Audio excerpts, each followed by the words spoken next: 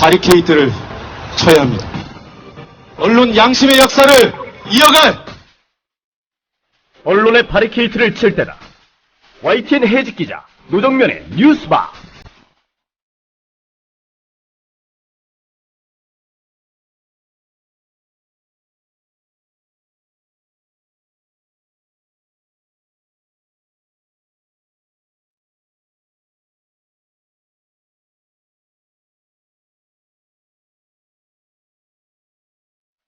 안녕하십니까, 노종면입니다.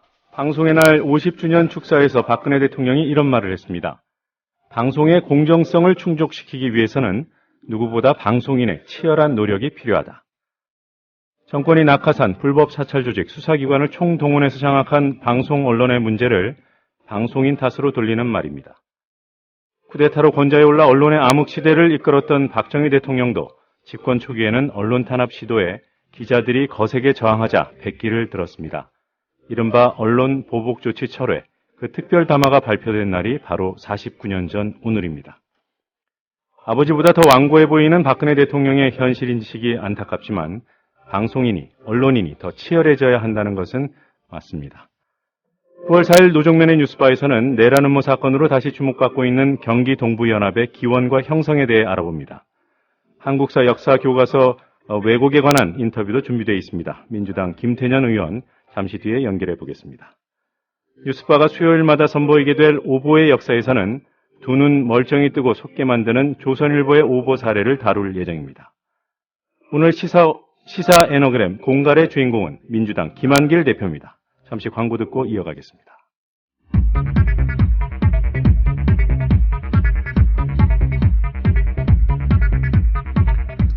오늘 아침 눈에 들어오는 뉴스들 간추려 보도록 하겠습니다. 전두환 씨 자녀로는 처음으로 검찰에 소환된 차남 전재용 씨가 전두환 씨의 미납 추징금 전액을 모두 내겠다는 의사를 밝힌 것으로 보입니다. 전재용 씨는 어제 오전에 검찰에 불려가 18시간 동안 조사를 받은 뒤 오늘 새벽에 귀가했습니다. 통합진보당 이석기 의원에 대한 체포동의안이 오늘 국회 본회의를 통과할 가능성이 높아졌습니다. 새누리당과 민주당은 어제 물밑 협상을 통해 이석기 의원 체포동의안 처리에 공감한다는 입장을 재확인하고 일정과 방법에 대한 의견을 교환했습니다. 최경환, 전병헌 양당 원내대표의 말입니다. 정말 이제 정복 세력을 옹호하고 또 감싼다는 그런 비판을 받지 않기 위해서라도 이것은 신속하게 처리를 해야 될 사안입니다. 더 이상 머물거릴 이유가 저는 없다고 생각을 합니다. 헌법을 부정하고 민주주의의 가치를 훼손하는 그 어떤 행위에 대해서도 결코 타협하지도 용납하지도 않을 것입니다. 언론에 보도된 녹취록 내용은 국민 상식에 반하는 것으로 철저하고 중립적이고 공정한 수사가 필요합니다. 서울대와 이화여대 총학생회 등으로 구성된 대학생 시국회의가 전국 대학생을 대상으로 국정원 선거 개입 사태 해결을 촉구하는 서명운동에 돌입합니다. 대학생 시국회의는 국정원 선거 개입 의혹에 대한 특별검사 실시, 국정원 개혁 등을 촉구하기 위해 서명운동을 벌인다고 밝혔습니다. 김관진 국방장관이 전시작전 통제권 환수에 대해 현재로서는 바람직한 시기가 아니라는 입장을 밝혔습니다. 김 장관은 어제 국회 국방위에 출석해 이 같은 입장을 밝혔습니다. 국세청이 포스코에 대해 대대적인 세무조사에 착수했습니다. 국세청은 어제 포스코의 경북 포항 본사와 전남 광양제철소, 서울 포스코 센터에 조사 인력을 대거 투입해 회계장부 등 세무자료를 확보했습니다. 대한상공회의소가 내일 열리는 통상임금 소송 공개 변론을 앞두고 대법원에 탄원서를 제출했습니다. 보수신문과 경제지들도 통상임금이 확대될 경우 기업 부담이 가중된다며 일제히 지원 사격에 나섰습니다. 간추린 뉴스였습니다.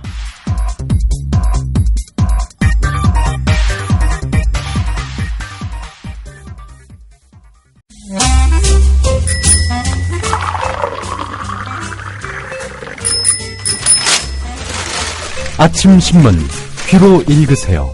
김영민의 조간 브리핑. 네, 오늘 아침 신문은 어떤 뉴스에 주목하고 있는지 살펴보겠습니다. 김영민의 조간 브리핑, 김영민 PD 나와 계십니다. 안녕하세요. 네, 안녕하십니까.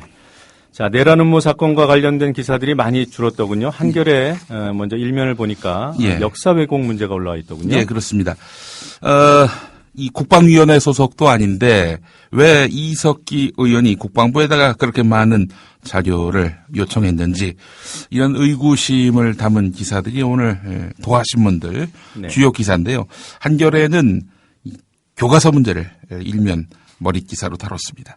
친일 인사를 항일 인사로 둔갑시키고 독재 정권을 미화하는 이런 편협한 역사 서술로 논란을 빚고 있는 교학사 한국사 교과서. 자, 이 한국사 교과서에서 일본군 위안부 문제와 관련한 오류까지 발견되니까 이거 어떻게 이걸 합격시켰나? 예, 국사편찬위원회가 지금 도마 위에 올랐습니다. 네. 국사편찬위원회는 그 국사교과서 검정기관이지요. 재구시를 못하고 스스로 권위를 떨어뜨렸다는 비판이 나오고 있는데 그 저간의 내막은 무엇이었는지 오늘 한겨레가 일면에서 다루고 있습니다. 전문가들 이야기가 있는데요. 검정심의위원회 구성과 검정 과정의 폐쇄성이 문제라는 그런 지적을 제기했다고 합니다. 예전에는 2차 검정을 마친 다음 최종 검정 통과 직전에 일선 교사들의 검증을 거쳤는데 요즘에는 출판하기 전에 내용을 외부에 공개하는 것은 저작권 위반이라는 이런 어처구니 없는 논리에 밀려서 사실상 공개 검증 절차 없이 교과서가 발간되고 있다는 겁니다. 네. 김한종 한국교원대 교수가 인터뷰를 했는데 나 같은 교수들도 아직 언론 보도 외에는 교과서를 접하지 못했다. 일반인과 교사들도 쉽게 접근할 수 있도록 제도를 개선해야 한다라고 말을 했습니다. 네. 검정심의위원회 구성도 마찬가지입니다. 익명을 요구한 한 역사학자가 이런 말을 했다고 하는데요. 학계에서 검정위원들 가운데 일부가 뉴라이트 성향의 역사 인식을 갖고 있다는 소문이 돌고 있다. 언론과 학계에서 철저하게 검증할 필요가 있다. 이렇게 말했다고 합니다. 앞서 인터뷰했던 김한종 교수도 학문적 업적이 검증된 다양한 검정위원들이 참여해서 적절한 검증을 거쳤는지 의문이다. 이렇게 지적하기도 했습니다. 네. 자, 한겨레 3면을 가니까 또 추가적인 해설 기사가 있는데 이 뉴라이트 교과서가 말이죠. 수정, 보완 지적을 무려 479건 네. 받았다고 합니다. 국사편찬위원회에서 받은 건가요? 그렇습니다. 국사편찬위원회 검정심의위원회 심의 과정에서부터 이렇게 479건에 이르는 이런 지적을 받았다는 건데, 자, 물론 검정 과정에서 지적을 받는 거야 너무나 당연한 일이긴 한데, 문제는 다른 출판사와 견줘서 얼마나 지적을 받았느냐 하는 점인데, 딴 출판사의 2배라고 합니다. 네. 2배라고 하는 거죠. 지금 뉴라이트 교과서 왜 만들었습니까? 이 좌편향, 이 국사교육, 이거 바꿔야 된다라고 하면서 자기들이야말로 진짜, 사실에 입각한 역사 교과서를 만들겠다고 나왔는데, 이 지적이 다른 출판사에 비해서 2배다. 글쎄요. 이게 과연,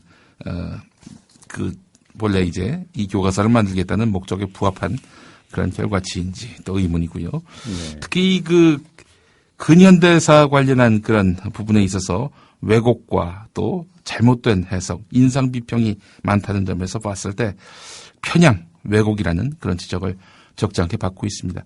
이따가 우리 김태년 의원을 모셨습니다. 예, 그래서 이따 또 우리 인터뷰 시간에 상세하게 또 한번 그 이야기를 나눠보도록 하겠습니다. 네, 그렇게 하도록 하죠. 네. 자, 내란음모 관련 소식들 양이 줄었다는 말씀을 좀 드렸는데 예. 관심이 녹취록에서 다른 쪽으로 옮겨가는 것 같아요. 자, 제보자입니다. 제보자. 이 사람은 과연 왜 제보를 했는지, 또 동기는 무엇인지, 이게 또 관심인데 한국일보 사면을 한번 보겠습니다. 자, 지금 제보자 이 씨가 과연 얼마만큼 증언할 것인지, 이게 이제 관심입니다.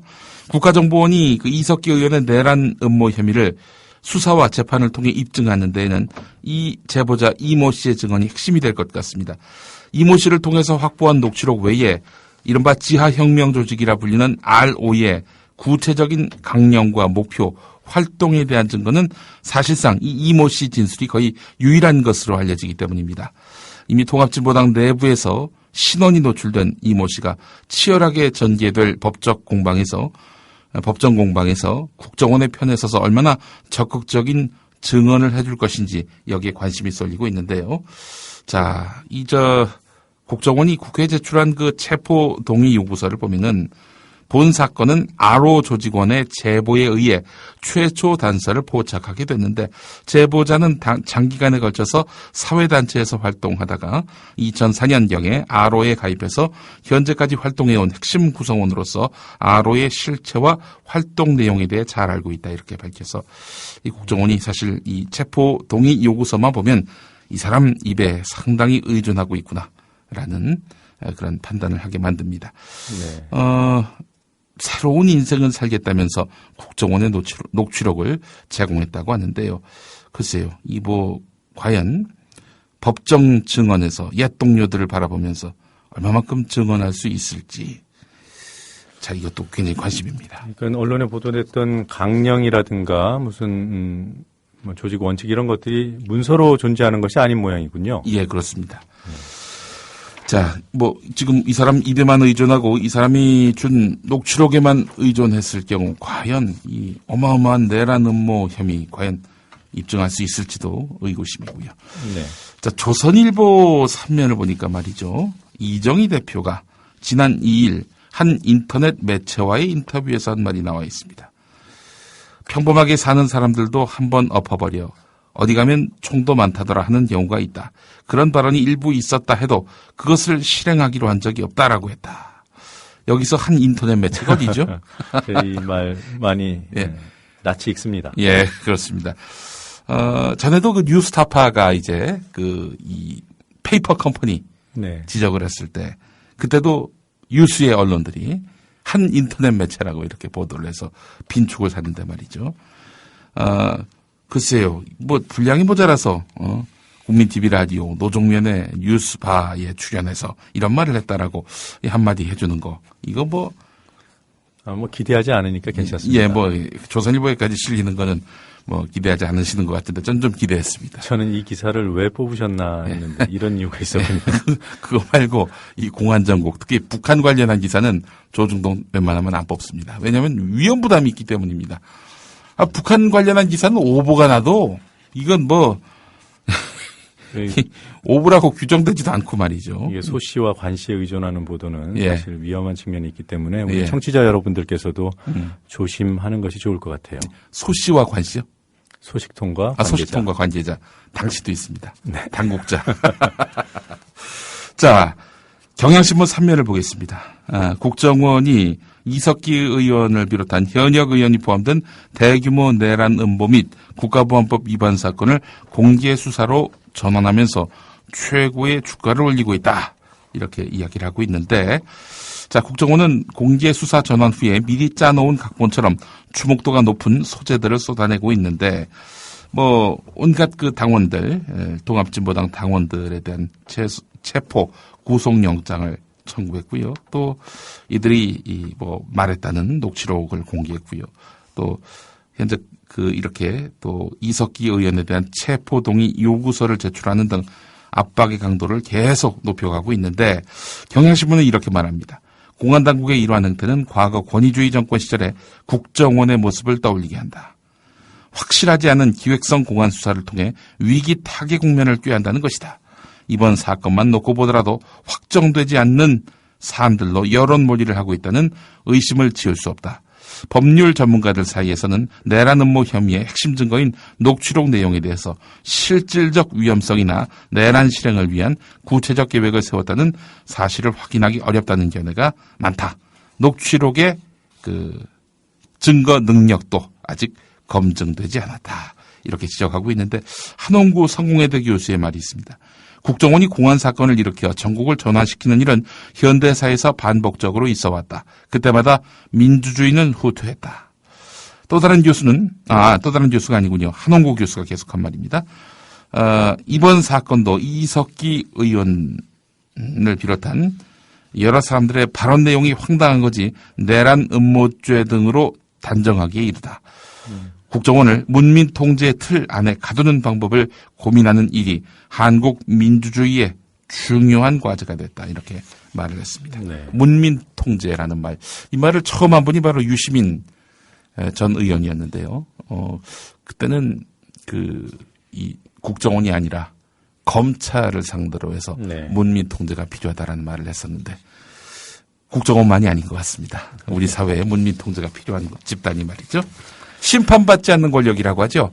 뭐 정권이 바뀌든 말든 항상 그 권력은 유지되는 사람들, 심판받지 않는 권력들, 이 무소불위의 권력을 견제할 수 있는 장치, 이게 바로 민주주의의 성숙도를 가늠하는 그런 뭐 기준이 되지 않을까 싶기도 하고 말이죠. 네. 그렇습니다.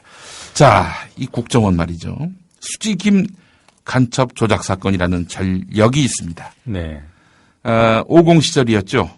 장세동 씨가 당시 국가안전기획부 안기부장이었던 때 수지김 간첩 조작 사건을 이제 획책했던 인물인데 말이죠. 자, 이 수지김 간첩 조작 사건과 관련해서 구상금을 내야 합니다. 구상금이란 뭐냐면은 이 장세동 씨가 이제 현직이 아니지 않습니까? 네. 과거 이제 현직에 있을 때 벌였던 이런 일들에 대해서 말하자면은 그 조직이 나중에 피해자에게 보상을 하고 결국 저 생돈 나간 거 아니에요. 그래서 과거 그 일을 획책했던 사람에게 당신 갚아야지. 우리가 저렇게 보상을 했는데 해가지고 이제 청구하는 게 구상금인데 자, 이 구상금이 한 6억 3천여만 원 정도 됩니다. 네. 그런데 장세동 씨가 안 내고 있다는 거예요. 예. 자, 그래서 여러 가지로 논란이 되고 있는 상황인데 이에 대해서 장세동 씨는 돈 없다 이렇게 나오고 있습니다. 네. 뭐 돈 없다. 모시던 분의 철학을 이어받는 분 같습니다. 철학, 예, 철학도 철학이죠. 예. 자, 그러나 그 미납 추징금은 이자를 환수하지 않는데 예. 구상금은 이자까지 포함하는 모양이죠. 예, 그렇습니다. 6억 3천만 원. 네. 네. 자, 근데 언젠간 낼 것 같습니다. 전에 모시던 상사의 철학을 이어받는단 말이죠.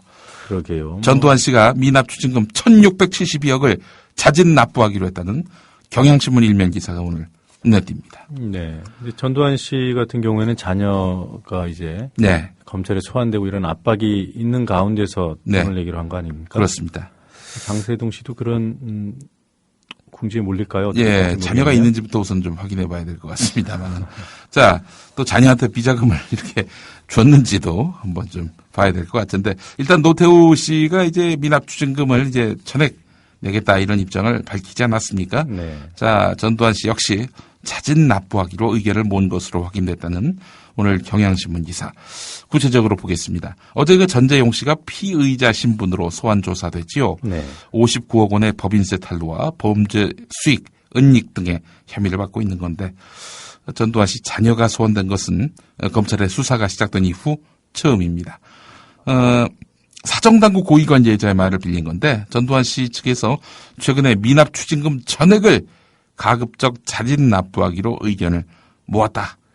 전두환 씨 일가는 자신들이 보유하고 있는 자산 전체를 처분해 도 1,600억 원 정도를 마련하기가 쉽지 않다고 보고 모자라는 자금을 마련하는 그런 방안에 대해서 논의하고 있다. 뭐 이렇게 밝혔다고 하는데 일단은 900억에서 1,000억은 우선 납부하기로 결정한 것으로 알려졌다는 겁니다. 아니 그러면 그동안 돈 없다고 29만 원밖에 없다고 얘기했던 거는 거짓말이었다는 거 아닙니까? 예, 뭐 납부하기로 했다는 것에 방점을 두기보다는 그동안 있어도 안 냈던 전두환 씨의 이중적 행태에 대해서 우리가 좀 관심을 가져야 될 것 같습니다. 그 있는 돈을 못 찾아낸 검찰이나 정부의 그렇죠. 책임도 묻지 않을 수가 없습니다. 글쎄 말입니다. 이건 뭐 전 정권도 문제죠. 김대중 노무현 정부 때에는 노무현 정부 때에는 왜 이런 것들을 제대로 잡아내지 못했는지 이게 또 참 지적하지 않을 수 없는 부분입니다. 네. 아니 제 이름이 들어있는 기사를 뽑아오시면 어떡하나요? 예. 근데 굉장히 중요한 기사라서 안 뽑을 수가 없었습니다. 한국일보 10면에 나와 있는 기사인데 전 1면에 나올 만한 내용이기도 하다 이렇게 보는데 어제 그 재판이 있으셨죠? 네. 서울중앙지법 민사합의 35부 심리로 진행된 노종면 전 YTN 노조위원장 등의 손해배상 청구 소송 속행 공판에서 아주 중요한 사실이 드러났습니다. 이명박 정부의 낙하산 인사 반대로 촉발된 YTN 기자들의 해고 그리고 체포 과정에서 그 이름도 유명한 악명 높은 민간인 사찰의 주체 총리실 공직윤리지원관실이 수사를 지휘하던 현직 경찰서장을 찾아가서 압력을 넣은 사실이 법정에서 드러난 것입니다. 압력을 넣었다면 뭐 이분들 잘 봐달라 이런 압력이었겠습니까? 빨리 잡아 넣어라 뭐 이런 의미였겠죠. 자, 노종면 전 위원장 측 변호인이 지난주 제출한 서면 질의 답변서에 따르면 당시 YTN 사태 수사를 담당하던 김기용 서울 남대문 경찰서장, 아니 이분이 나중에 그분하고 다릅니다. 그분 다른 분입니다. 네. 이름이 똑같아서 네. 경찰청장인 줄 알았습니다. 그분이 아니군요. 동명이인의 김기용 서울 남대문 경찰서장은 정확히 누군지는 모르겠지만 경찰서장실에 지원관실 직원이 찾아와서 수사상 특히 YTN 노조 측 폭력 행사 부분을 우려스럽게 보고 있다라고 직접 말했다라고 답변해서 지원관실의 압력을 받은 사실을 인정했다는 겁니다. 네.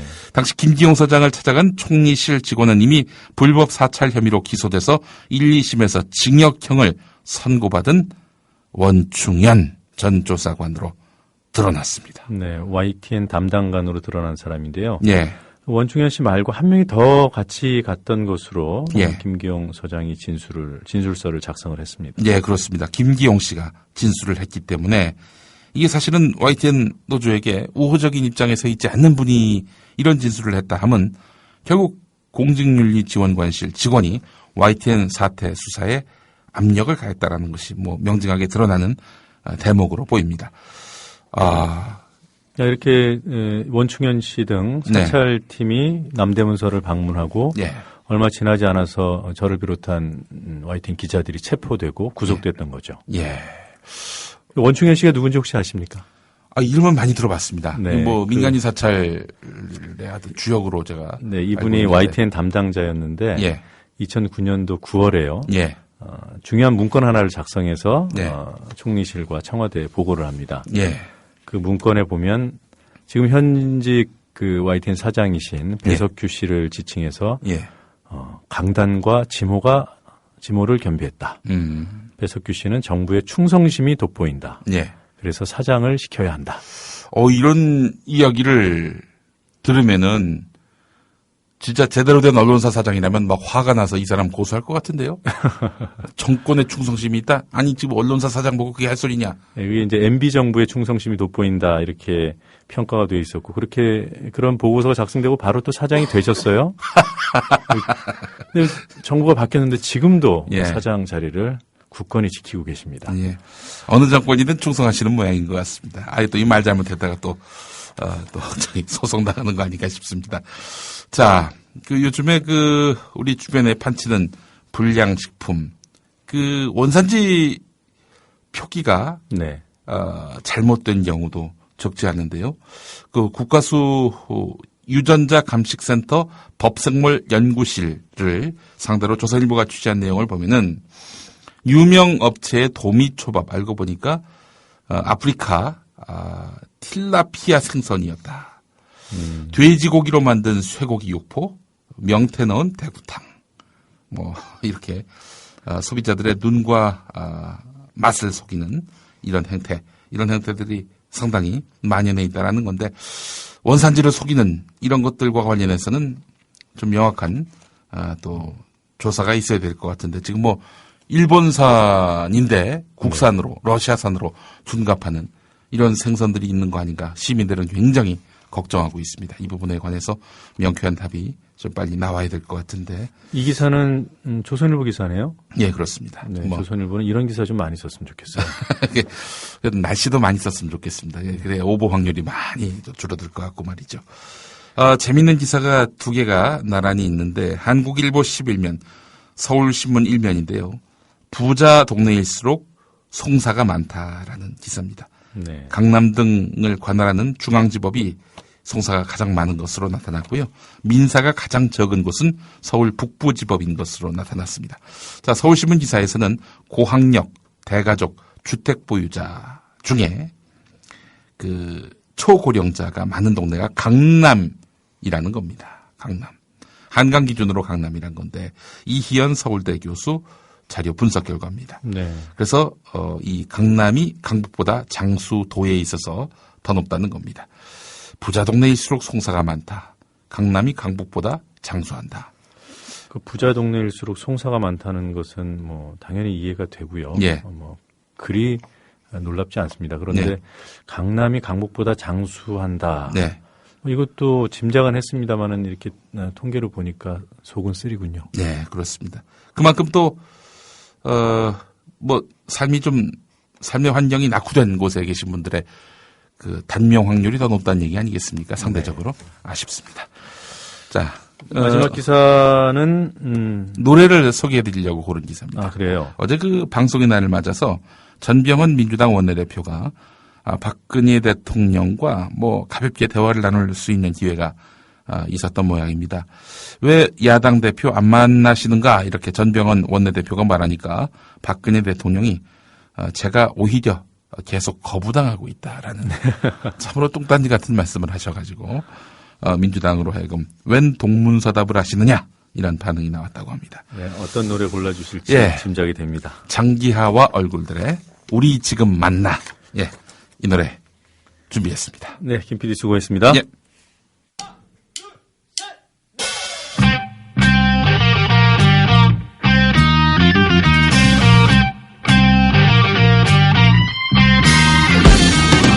우리 지금 만나. 당장 만나. 우리 지금 만나.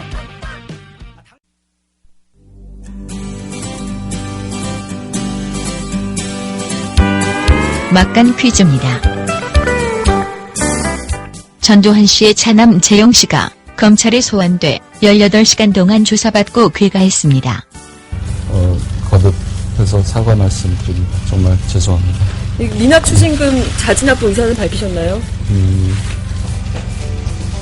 죄송합니다. 그 구체적인 말씀은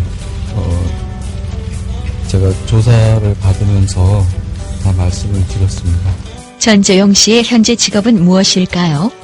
1번 무직, 2번 대학 교수, 3번 출판사 사장, 4번 와이너리 업체 전무.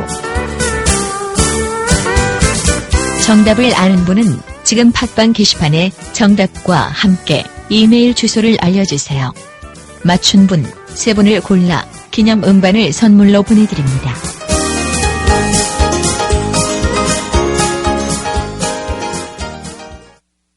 돌발 영상을 보실 때마다 그 뒤에 숨은 제작자가 궁금하지는 않으셨습니까? 돌발 영상 노종면 PD. 자, 국보 1호 숭례문의 붕괴 가능성이 시간이 갈수록 더 커지고 있습니다. 네, 현장 상황을 좀 정리를 해주셔야겠어요.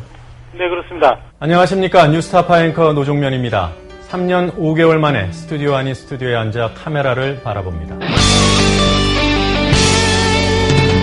지금 여러분께서는 YTN 해직 기자 노종면이 진행하는 노종면의 뉴스바를 듣고 계십니다. 노종면의 뉴스바는 매일 아침 7시부터 9시까지 국민TV 라디오로 방송됩니다.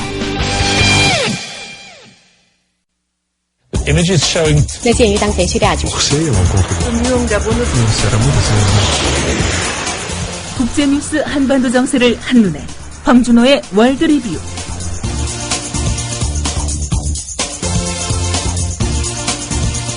네, 국제뉴스 전문 캐스터 황준호 기자와 함께 한반도와 지구촌을 둘러보는 시간입니다. 밤사이 어떤 뉴스들이 들어와 있는지 황준호 기자 연결해서 알아보겠습니다.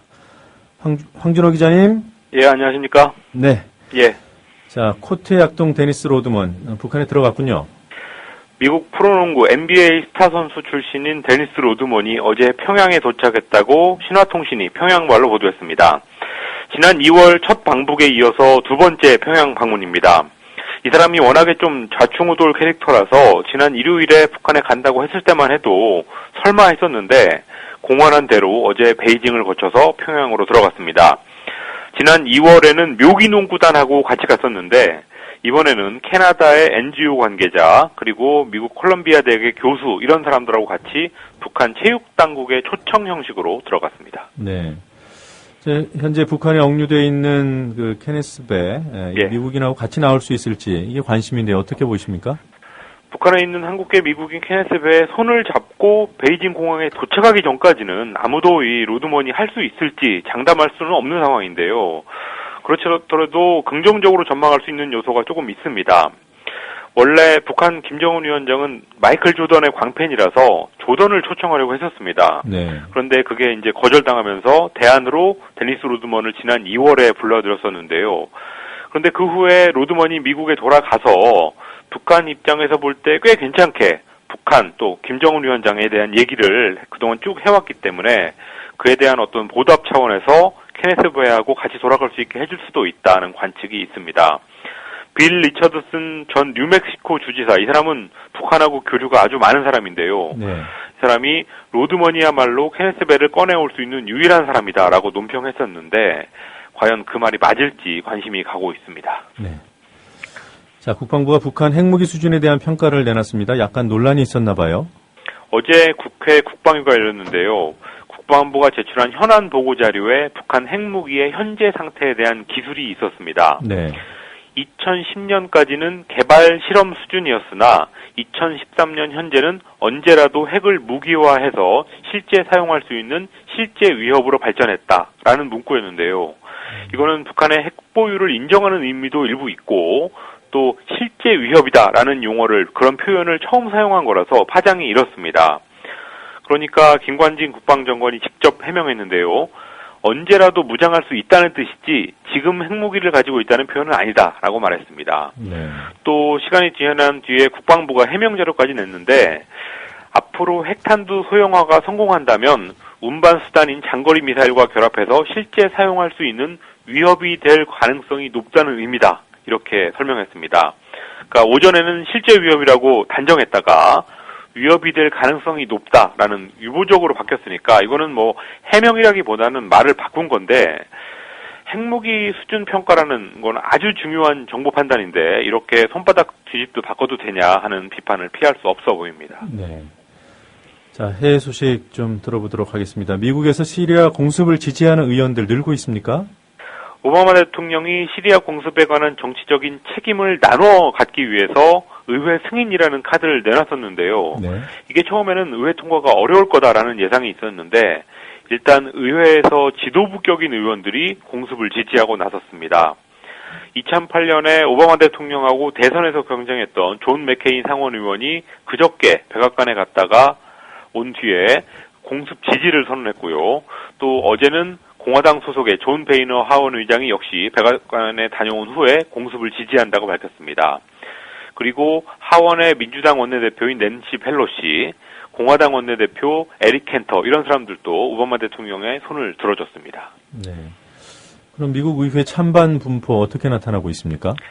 워싱턴 포스트가 집계한 거를 보니까 상원은 민주당이 다수당이고 민주당 의원들은 대체로 오바마 대통령의 뜻을 따르는 경향이 있어서 공개적으로 공습에 찬성하는 의원들이 23명이었습니다. 네. 이것은 반대 혹은 반대쪽으로 기울어진 의원 총 20명보다 약간 많은 수치였습니다. 그리고 나머지 57명은 토론 뒤에 결정하겠다라는 입장을 밝혔습니다.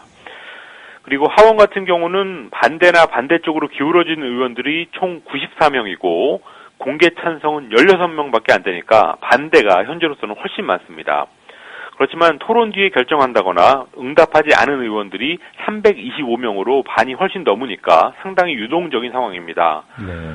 하원 의원 중에서는 공화당의 극우파들 그리고 민주당의 진보파 의원들, 이런 사람들은 정치적인 성향은 아주 상반되는 사람들이지만 공습 반대라는 결론은 같기 때문에 의회 통과를 장담할 수는 없는 상황입니다. 그렇지만 어쨌든 앞서 말씀드렸듯이 의회 지도부가 찬성 쪽으로 간다면 의원들의 최종 결정에도 어느 정도 영향을 줄 걸로 보입니다. 네. 자, 미국 정보기관에 테러리스트로 의심되는 사람들이 지원을 한다. 이른바 침투 시도라는 겁니까? 그렇습니다. 알카에다 같은 국제 테러 조직이라든지 혹은 헤즈볼라, 하마스 같은 이슬람 무장 정파와 관계된 사람들이 미국 중앙정보국 CIA에 끊임없이 입사를 시도하고 있어서 이거를 걸러내는데 미국 정보당국이 애를 먹고 있다고 워싱턴 포스트가 보도했습니다. CIA 입사 지원자 중에서 20%가 그런 사람들이라고 하니까 상당히 많은 비중인데요. 그 중에서 만약에 한 사람이라도 CIA 입상에 성공하고 거기서 얻은 정보를 알카에다 같은 조직에 넘겨줄 위험이 있기 때문에 정보당국으로서는 아주 심각한 상황이 아닐 수 없습니다. 그런데 이러한 움직임이 혹시 그 내부 고발자 감시를 강화하기 위한 그런 명분 만들기 아닐까요? 그런 측면도 있는 것 같습니다. 전직 CIA 요원이었다가 미국의 전 세계적인 정보 수집 실태를 폭로했던 에드워드 스노든, 그리고 미군 일병으로 군사 외교 기밀 자료를 유출했던 브래들리 매닝, 이런 사람들은 이거 외부에서 침투한 사람들이 아니라 아주 순수한 내부 고발자였는데요. 네. 미국 정부에 워낙 심각한 타격을 입혔기 때문에 앞으로 이런 사람들이 또 나오지 않도록 하는 조치를 미국 정보 당국이 한층 강화하고 있다고 합니다. 집중 감시 대상이 내부 직원 중에서만 4,000명이 된다고 워싱턴 포스트가 전했는데요. 미국이 떳떳하지 못한 일을 했기 때문에 자업자득인 건데, 이 내부 직원 감찰을 위한 옥상 옥외 감시 체계를 또 만들어야 되는 거니까 뭐랄까 감시의 수렁에 빠져드는 그런 모양새입니다. 네. 일본 정부가 후쿠시마 핵발전소 오염수 누출에 대한 종합 대책을 내놨다, 이런 기사가 있군요. 어제 아베 총리가 대책회의를 직접 주재했는데요. 총 470억엔, 우리 돈으로 약 5,200억 원의 국비를 들여서 오염수를 막는 계획을 내놨습니다. 첫 번째는 지하수가 방사능 오염수하고 섞이는 걸 막기 위해서 동토벽, 그러니까 얼음 흙으로 만든 벽을 원전 주변에 땅속에다 심는 작업을 내년 안에 완공하기로 했고요. 또 오염수 정화 장치를 개량하는 사업도 하기로 했습니다. 그렇지만 이거는 새로운 아이디어는 아니고 다만 완공 시기를 앞당기는 것에 불과하다는 비판이 나오고 있습니다. 이번 주 토요일에 2020년 하계 올림픽 개최지 선정이 있고 지금 도쿄가 출사표를 던지고 열심히 뛰고 있는데요. 이렇게 새롭지도 않은 원전 대책을 내놓는 것은 결국은 올림픽 개최지 선정을 위한 선전용 쇼일 수 있다라고 마인지 신문이 꼬집었습니다. 네. 자, 끝으로 한 가지 소식만 더 듣도록 하겠습니다. 마이크로소프트가 노키아를 인수했다, 이런 소식이군요. 세계 최대의 소프트웨어 업체 마이크로소프트가 노키아의 휴대전화 사업 부분을 우리 돈으로 약 7조 9천억 원에 인수하기로 했습니다. 이렇게 되면서 마이크로소프트는 애플처럼 스마트폰 운영체제 그리고 단말기 하드웨어를 같이 만드는 능력을 갖추게 됐습니다. 구글이 작년에 미국의 스마트폰 제조사 모토로라를 인수했으니까 이제 세계 스마트폰 시장에서는 삼성, 애플, LG에다가 노키아와 모토로라가 가세해서 치열하게 경쟁하는 그런 판이 됐습니다. 노키아는 1998년부터 작년까지 14년 연속으로 세계 휴대전화 시장에서 판매량 1위를 기록했던 핀란드의 상징 같은 회사인데요. 스마트폰으로 치고 올라온 삼성, 또 애플 이런 데한테 밀리면서 결국은 미국 회사에 인수되는 굴욕을 맛보게 됐습니다. 네, 여기까지 듣겠습니다. 지금까지 황준호 기자였습니다. 수고하셨습니다. 감사합니다.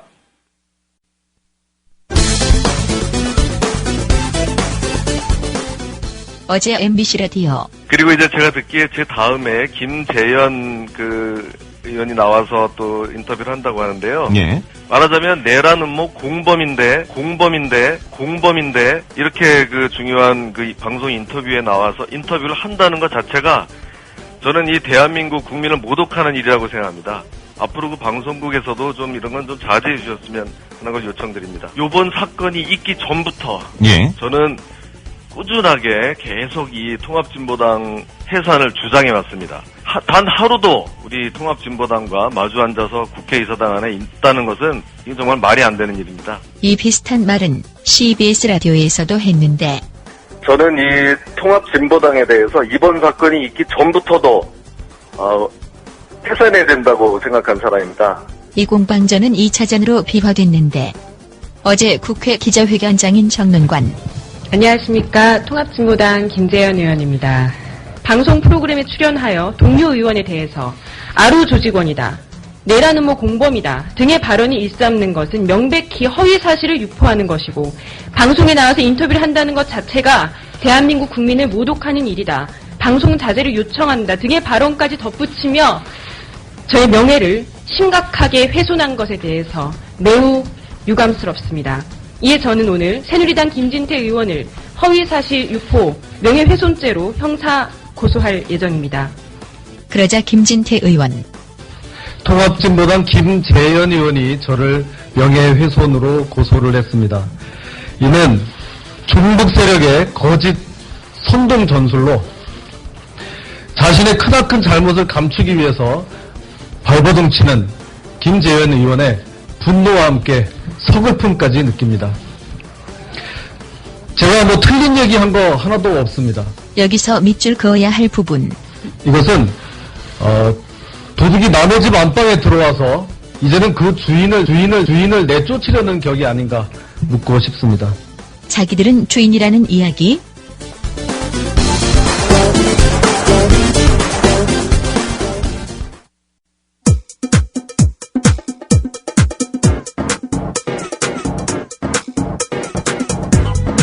노정면의 뉴스바. 이제는 이슈 탐험입니다. 최근 검정을 통과한 한국사 교과서 8종 가운데 하나가 뜨거운 논란의 중심에 섰습니다.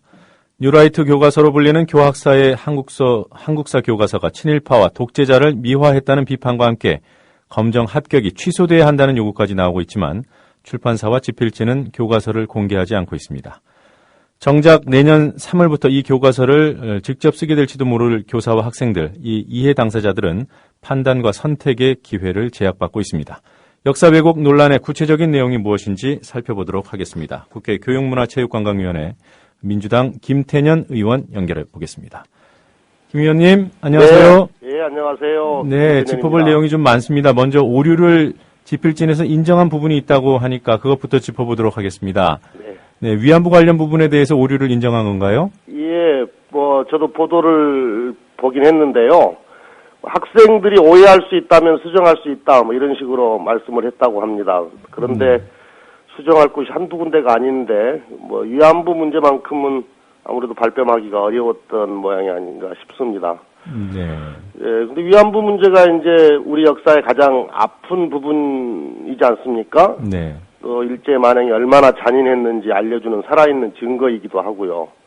또 지금도 피해자들께서 생생한 증언을 계속 해주고 계시고요. 네. 그래서 이걸 제대로 가르쳐도 지금 모자랄 판인데 이번 교과서에서는 일본 정부의 공식 입장보다도 축소하고 왜곡해서 기술한 거죠. 시간이 얼마나 될는지 모르겠는데 내용을 조금 말씀을 드릴까요? 네, 간략히 좀 정리해 주시면 좋겠습니다. 교학사 교과서에서는 위안부를 이렇게 기술합니다. 분량이 얼마 안 돼서 그냥 읽어드릴게요. 네. 일제는 1944년 여자 정신 근로령을 발표하고 12세에서 40세까지 여성들을 침략전쟁에 동원하였다. 동원된 여성들은 일본과 한국의 군수공장에서 일하였다. 일부 여성들은 중국 동남아 일대 필리핀 등지로 끌려가 일본군 위안부로 희생당하였다. 이렇게 되어 있는데요. 네. 이게 문제가 많은 거죠. 네. 이게 해석을 해보면, 만약에 역사를 잘 모르는 학생들이 이 교과서를 통해서 이 위안부 문제를 처음 접하게 되면은, 아마 이렇게 해석이 될 겁니다. 1944년 여자 정신 근로령 발표 이후에 여성들이 공장에 동원이 됐는데, 네. 그 중에 아주 일부가 위안부로 희생당했다. 이렇게 받아들일 거예요. 강제성도 적어 보이고요. 네. 더구나 이 위안부 문제가 지금 한일 간에 현재 진행형인 사안인데 이렇게 짧게 기술을 한 겁니다. 네. 그런데 위안부와 관련한 정설은 지금 학계에서도 위안부를 1937년 만주사변 이후에 확대되었다는 것이 정설입니다. 네. 강제성은 말할 것도 없고요. 근데 교학사 교과서는 위안부가 마치 전쟁 막바지에 발생한 일인 것처럼 이렇게 기술을 했는데 명백한 왜곡이고요. 네. 일본의 양심적인 학자들조차도 예컨대 동경대 명예교수인 와다 하루키 교수 같은 분도 인정을 하고 있고 또 심지어는 일본 정부의 공식 입장보다도 못한 그런 내용입니다. 네. 이 친일파나 친일 기업에 대한 왜곡도 여러 군데에서 발견이 된다고 들었습니다. 이 네. 부분도 좀 짚어주시겠습니까? 이게 지금 한두 군데가 아닌데요. 네. 김성수 관련한 문제도 그렇고요. 네, 동아일보 창업주 인천 김성수 말씀이시죠? 예. 아무튼 여러 군데가 이 문제 말고도 지금 많이 있는데요. 지금 저희들이 보면은 전체적으로 한 10가지 정도로 크게 좀 정리를 좀 해보고 있는데요. 네. 이 친일 인사에, 방금 말씀하신 친일 인사에 대한 면죄부, 또, 법원조차도 이렇게 이 친일 행적을 확인한 사안들을 소극적으로 기술한 문제, 네. 또 방금 말씀드렸던 위안부 관련 축소 왜곡 문제, 또 식민지 근대화론, 네. 이게 이제 일제시대 관련한 부분이고요. 그 다음에 이승만 전 대통령에 대한 미화가 아주 심각하고요. 네. 또 3.15 부정선거, 4.19 혁명, 제2공화국 관련된 부분들이 아주 소홀합니다. 네. 그리고 이 방공교과서를 의심케 하는 기술들도 여러 군데가 있고요. 그리고 박정희 정부에 대한 미화, 불리한 사실은 축소 기술을 하고요. 또 국가폭력은 은폐하고 4.3 사건은 진상을 왜곡을 합니다. 네. 그리고 김대중 노무현 대통령 관련한 사항은 시종일관 부정적으로 기술을 하고요. 이명박 대통령을 비롯한 특정 정치 세력에 대한 편향적 해설, 이런 문제들이 아주 많은데, 이에도 좀 수많은 문제가 있는 것으로 보여지는데요. 네. 차차 이게 밝혀낼 생각입니다. 네, 항목별로 조금 더 구체적으로 좀 여쭤볼게요. 네. 그 친일파 관련해서 뭐 화신백화점 회장인 박흥식, 또 경성방직 창업주 김현수, 조금 전에 말씀하신 김성수, 그리고 또 동아일보 초대 주필을 지낸 장덕수, 이런 사람들 모두 이제 친일파로 우리 법원이 인정한 사람들 아닙니까? 네, 네. 예, 이분들에 대한 어떤 미화 또는 뭐 네. 정당화, 이런 부분들이 구체적으로 드러나 있어요? 예.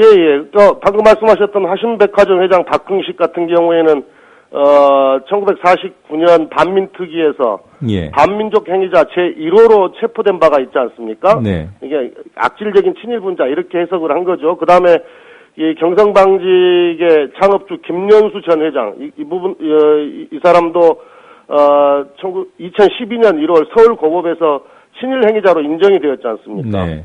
또 역시 그 김현수의 형제인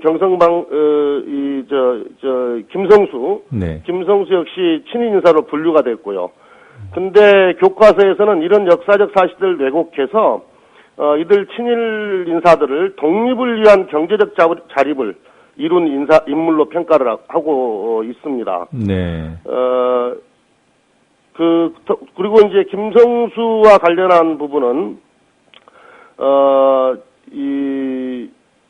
오늘까지도 논란이 되고 있다, 이렇게 애매하게 기술을 하고 있는데요. 네. 뭐 자기도 받지 않았다, 예. 청시 개명 거부하고 증직 거부하는 학생들, 그렇게 하도록 독려하고, 묵인했다, 이런 내용들이 들어있다고 들었습니다. 그런데 2011년 10월 20일 인천 기념회 등에서 낸 행안부 장관을 상대로 낸 친일 반민족 행위 결정 취소 소송을 보면, 네. 행정법원에서 이 재판부 판결을 하는데요. 김성수가 전국 일간지에 징병, 학병을 찬양하며 선전선동하는 글을 여러 편 기고했고, 네. 징병제도 실시에 대해서 감사 축하 대회에 참석했다. 이를 명의가 도용 날조됐거나 오로지 일제 강요에 이루어졌다고 볼 수는 없다. 네. 국민정신총동원, 조선연맹 등의 발기인, 이사 등으로 활동하며 일제 침략전쟁 승리를 위해 총력을 기울이도록 역설하는 글을 기고한 것도 일제 식민통치와 침략전쟁에 적극 협력한 것으로 보인다. 이렇게 판결을 하고 있습니다. 네. 자, 이 왜 그랬을까라는 게 궁금해지는데, 이게 우리 김 의원께서 밝혀낸 것으로 알고 있습니다만, 교학사가 미화했다고 지적받는 친일파 가운데 그 동아일보 관련 인사들. 네. 그런데 교학사가 동아일보 종편 채널과 특수 관계다. 이거 구체적으로 어떤 내용이에요? 제가 지난 6월 국회 때, 네. 이 교과서 관련해서, 일부 언론에서 이제, 이런 문제들에 대해서 이미 지적을 한 바가 있지 않습니까? 네. 그래서 이런 사태가 일어날 것 같아서 교육부 장관에게 질의도 하고 또 이 주의도 준 적이 있습니다. 네. 극단적인 색깔 공세를 하시는 분이 이 대표 저자로 있는 교과서가 검증 중에 있으니까 중심을 잘 잡아라, 이렇게 이 주의를 줬는데, 그런데 이 과정에서 일부 보수 언론들이 이 권희영 교수를 아주 이상하리만치 보호하는 보도가 있었습니다. 네. 그래서 무슨 관계가 있나 해서 이제 살펴보게 된 건데요. 이 교학사가 채널A 주식을 가지고 있습니다. 동아일보 종편 채널A요? 예, 네. 채널A 주식을 갖고 있는데, 교학사가 한 8억 원 정도 출자를 했는데요. 그런데 교학사 경영 상태를 살펴보면 네. 그럴 여유가 별로 없는 상태거든요. 저희들이 이제 금감원의 전자공시를 통해서 확인해 보니까 지금 교학사의 부채 비율이 한 250%를 넘나들고 있어요. 네. 특히 주식을 취득한 2011년에는 부채 비율이 301%였습니다. 네. 그러니까 매년 한 50억 원가량의 이자 비용을 부담하고 있는데, 특히 그 종편 주식을 매입한 2011년도에는 25억 원의 단기 손실을 기록하고 있고요. 이런 회사가 출판과 관련이 없는 이 종편에 8억 원을 출자를 하는 거죠. 네네. 2011년에 종편 설립 당시에 각 회사별로 자본금 마련한다고 얼마나 많은 문제가 있었습니까? 근데 뭐 잘 아시겠지만 이 교과서 이 출판사와 교과서 출판사와 언론 간에 이런 밀월 관계가 형성된 것이 아닌가 이렇게 의심이 됩니다. 네, 혹시 그 청취자분들께서 오해가 있을까봐 다시 좀 확인을 하려고 하는데 이런 특수 관계가 그 권 교수랑 관계가 있다는 것은 아니죠? 예. 네, 알겠습니다. 자, 조금 전에 그 역대 대통령 또 근현대사 인물에 대한 평가도 많은 부분 왜곡이 됐다라는 지적을 해주셨는데 그 김대중 노무현 전 대통령에 대한 평가는 시종일관 부정적이다. 구체적으로 어떤 부분입니까? 그러니까 이제 김대중 노무현 대통령에 대한 네. 공은 아주 거의 약하게 기술하거나 또는 생략을 하고요. 네. 얼른 보면은 이렇게 과만 이렇게 부과되는 그런 방식으로 기술을 하고 있는 것이 지금 보여집니다. 예를 들면 김대중 그 대통령 같은 경우에는 남북 간 평화통일 노력을 평가절하하고요. 네. 그 다음에 노벨 평화상, 네. 관련해서 대한 기록도 없습니다. 아예 기록이 없습니까? 예. 예를 들면 이런 내용도 있어요. 평화통일은 가장 바람직한 통일이지만 자유민주주의 체제를 지키는 선에서 이루어져야 할 것이다. 그동안 7.4 남북공동성명, 남북기본합의서, 6.15 남북공동선언, 남북관계 발전과 평화 번영을 위한 선언 등은 평화통일 명분으로 추진됐지만 언제나 선언에 그치고 말았다. 이런 내용도 있고요. 그렇군요. 그 다음에 이산가족상봉, 개성공단 개설, 남북 무역증대, 금강산 관광 등 실질적 교류협력과 분단의 상처 치료에 도움이 된 사실을 이 타 교과서에서는 소개를 하고 있는데 이 교학사 이 기술은 이 사실 왜곡이라고 이렇게 평가를 하고 있죠. 네. 역대 대통령에 대해서 공과를 비중의 차이는 있더라도 기술을 했다면 다른 역대 대통령도 그랬다면 이해할 만하지 않습니까? 이명박 전 대통령 같은 경우에는 어떻게 서술했던가요?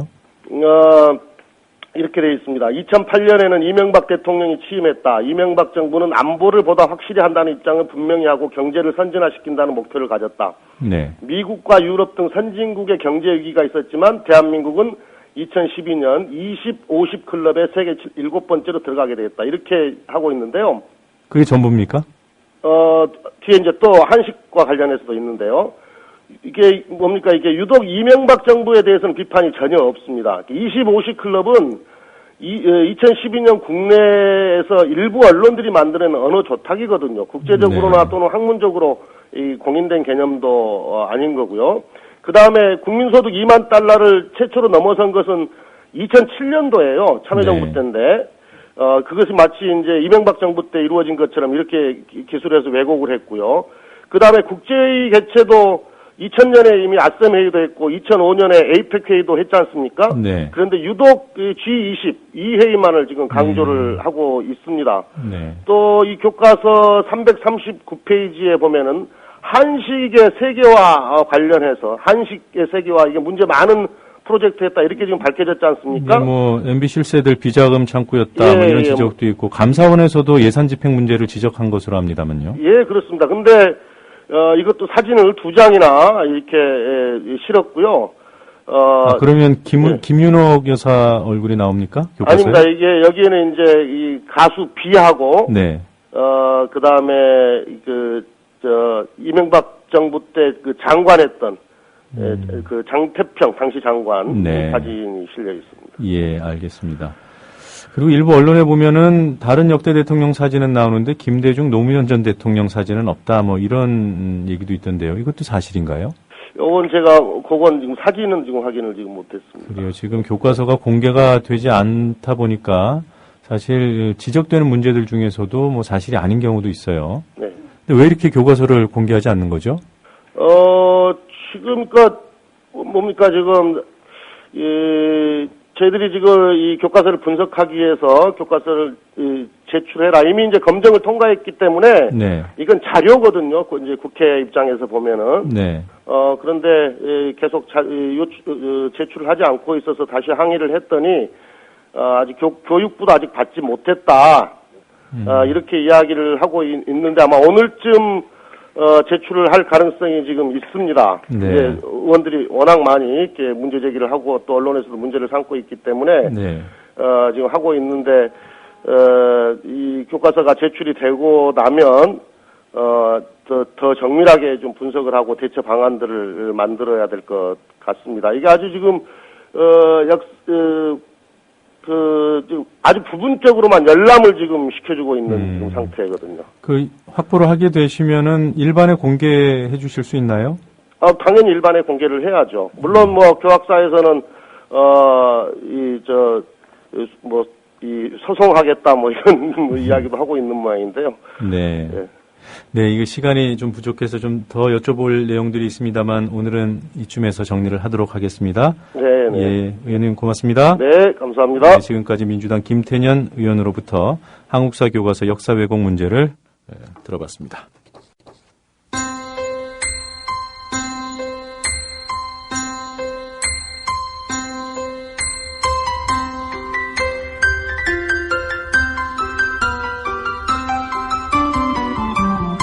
이 시간 하늘 풍경입니다. 오늘은 어제보다 공기가 한결 더 차가워졌습니다. 중부지방뿐만 아니라 남부지방에서도 많이 서늘해졌는데요. 현재 전북 임실지방 기온은 9.8도까지 내려가 있습니다. 서울도 어제 같은 시각과 비슷한 16.8도 가리키고 있습니다. 하지만 한낮은 28도까지 오르면서 어제보다 약간 더 오르겠습니다. 아침과 낮의 기온차가 10도 이상 크게 벌어진 곳이 많겠습니다. 영동지방에서는 오전까지 비가 조금 오는 곳이 있겠습니다. 현재 기온은 서울 16.8도, 청주 15도, 전주 13도로 어제보다 1도에서 4도가량 낮습니다. 낮 기온은 서울과 광주 28도, 대전 27도, 대구 29도까지 오르겠습니다. 당분간 전형적인 초가을 날씨가 이어질 예정입니다. 금요일에는 남해안과 제주 지방에서 비가 올 것으로 전망됩니다. 서울적 현재 기온 16.8도입니다. 이 시간 하늘 풍경이었습니다.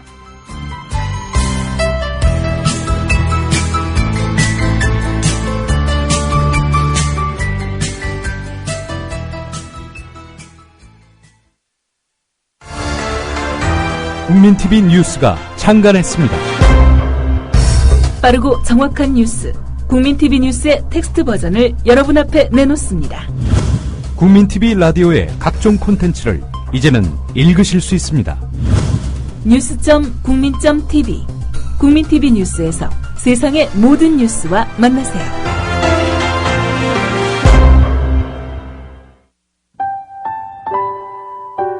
권력에 종속되거나 사장을 권력이 내려보내는 언론은 절대로 민주화될 수 없고 중요한 게 광고 아닙니까? 경영 때문에.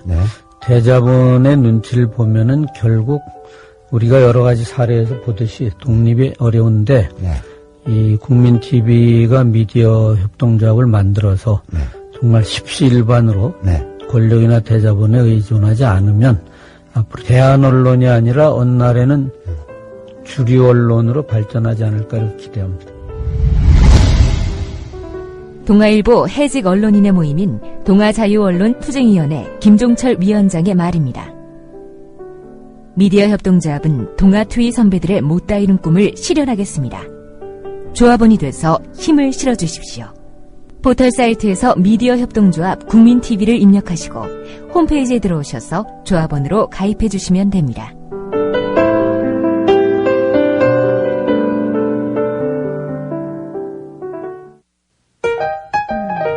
더불어 행복한 세상 국민TV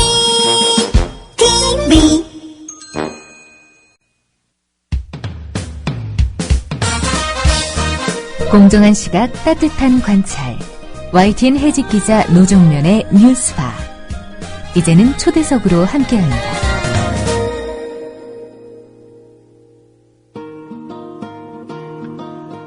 경기동부연합이 여론의 도마 위에 올랐습니다. 내란 음모 혐의를 받고 있는 통합진보당 이석기 의원 등이 바로 경기동부연합 출신이기 때문입니다.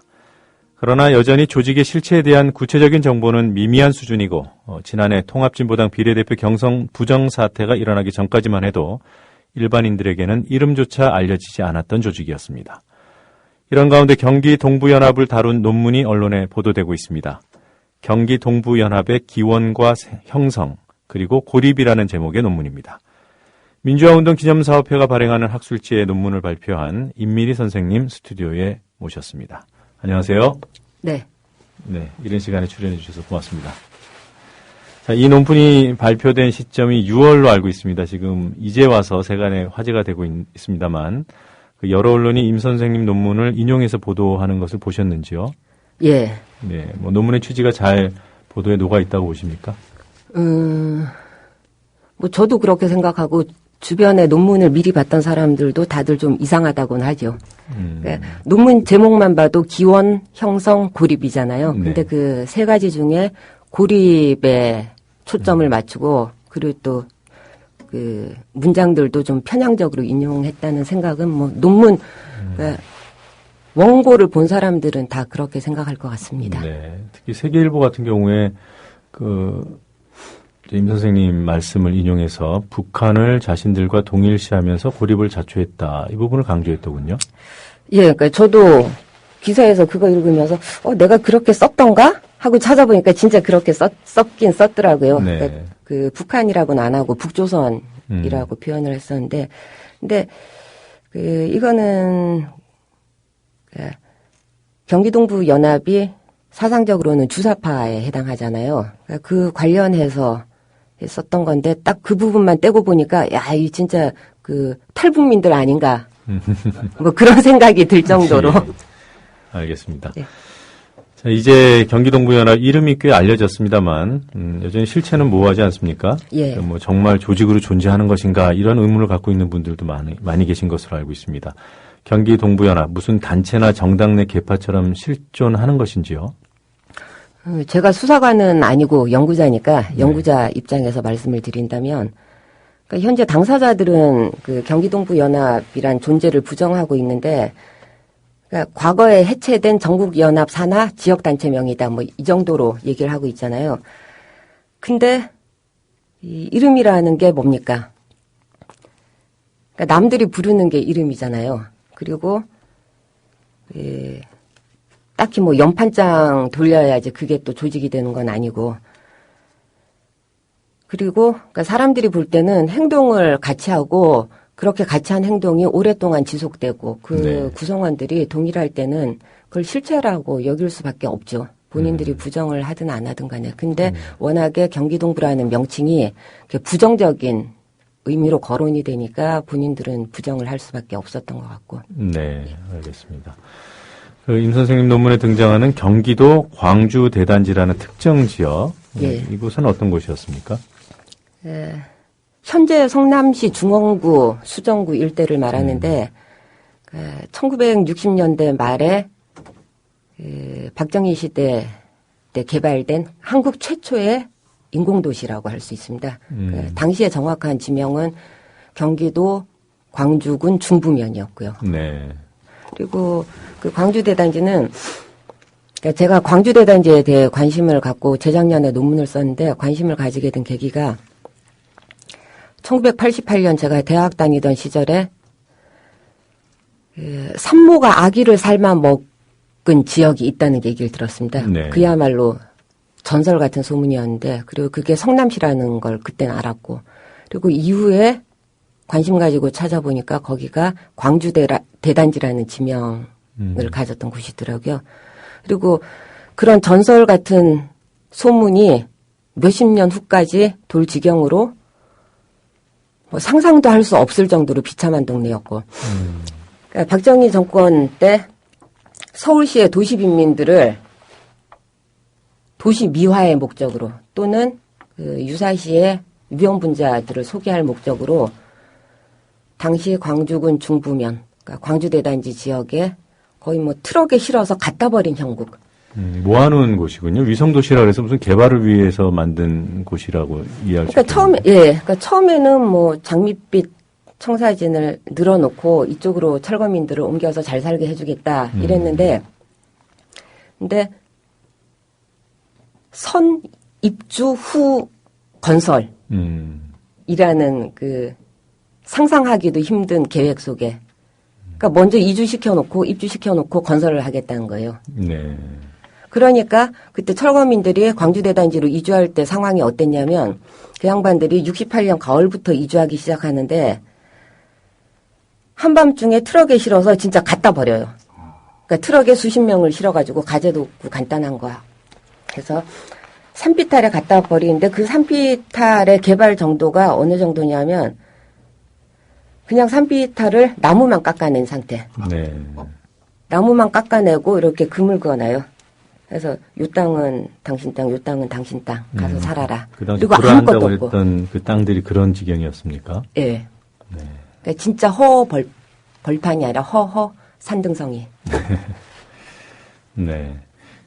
뭐 인구가 그러니까 그 당시 중부면 광주 예. 대단지에 수용됐다고 볼 수 있겠네요. 예. 그쪽으로 내다 버려지다시피 한 분들이 몇 분이나 있었습니까? 그러니까 1971년 사건 났을 때 광주 대단지 사건 날 즈음에 인구가 그 14만 정도 추정되고 전부 있습니다. 서울시에 있었던 도시 빈민 철거민들입니까? 아니요, 원주민까지 합한 거긴 한데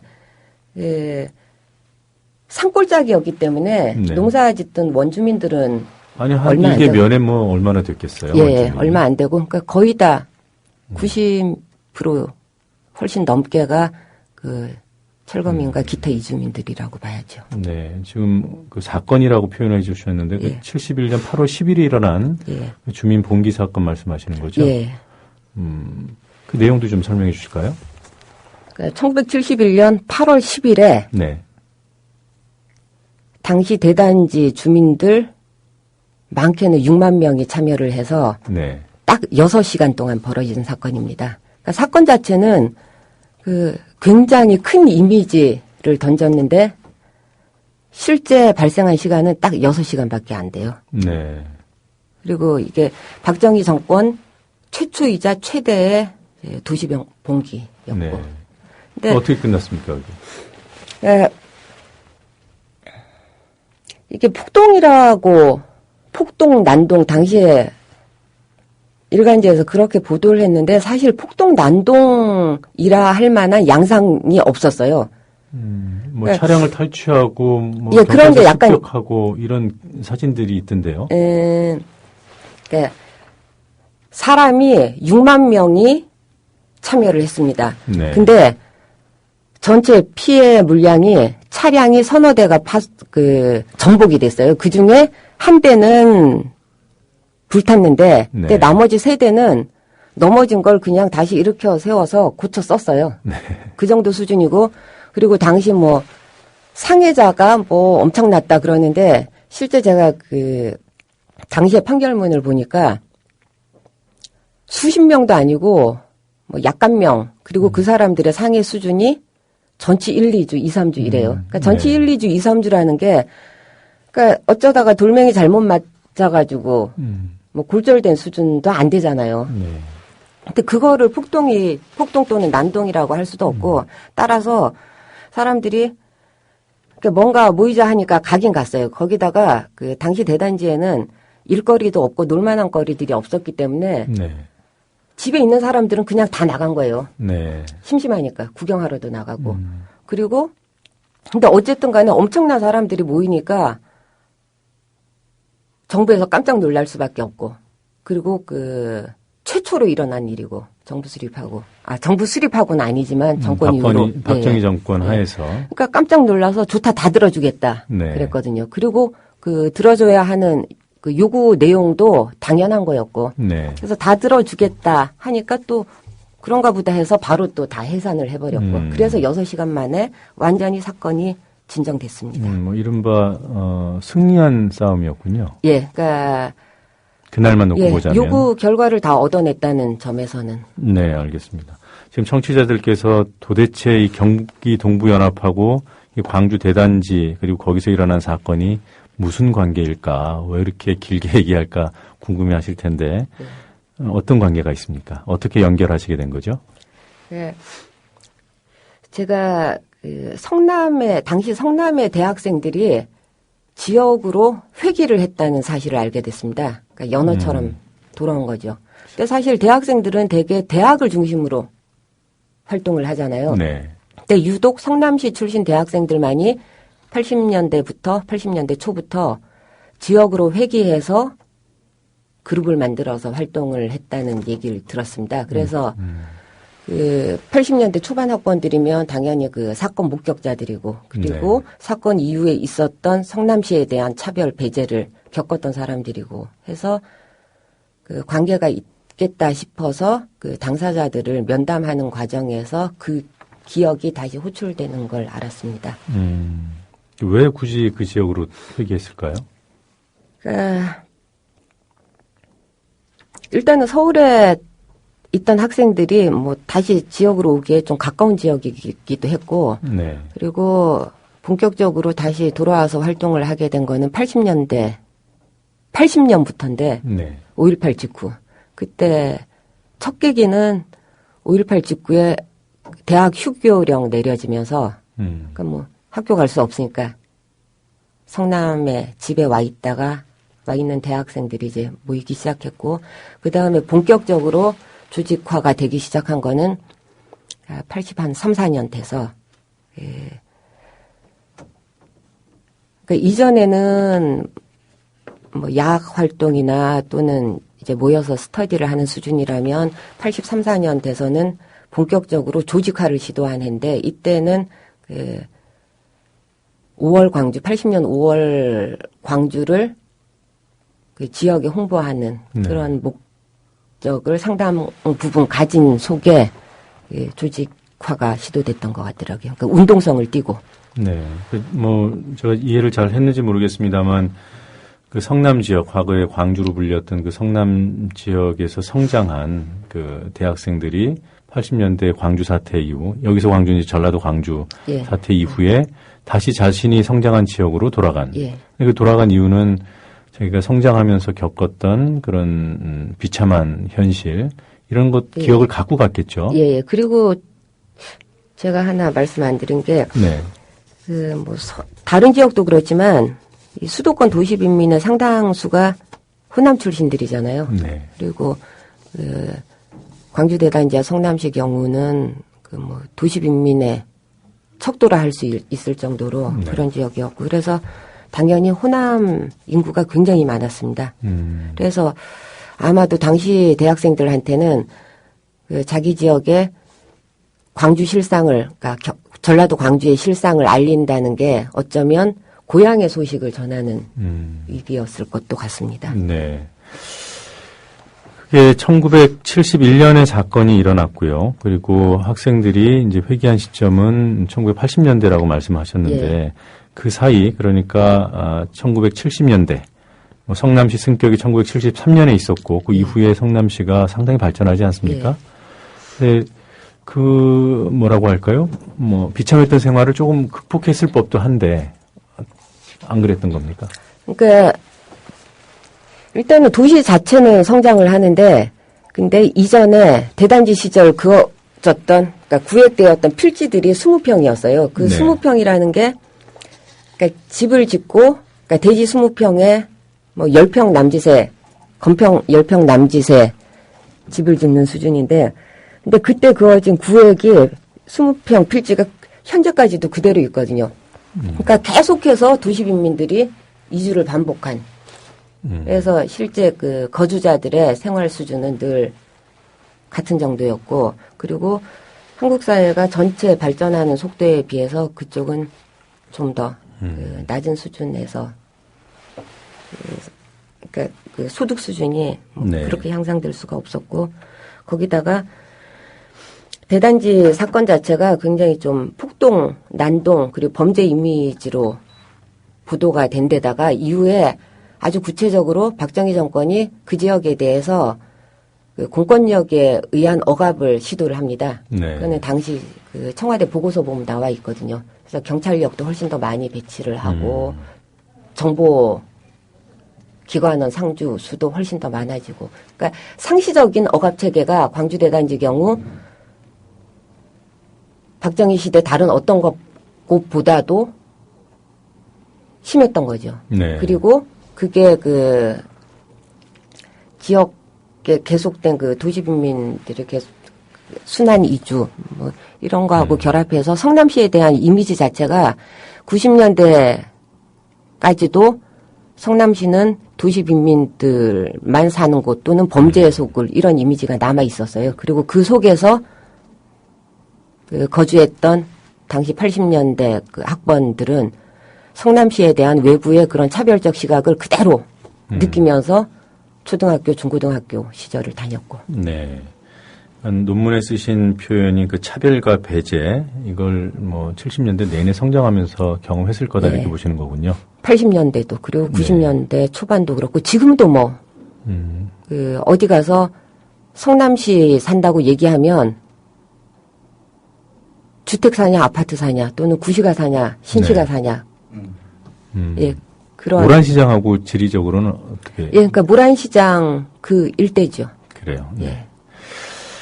자, 이 언론에서는 이석기 의원을 경기 동부연합의 수장으로 지목하고 있습니다. 이석기 의원과 광주 대단지, 성남과의 연관성, 뭐 구체적인 게 있나요?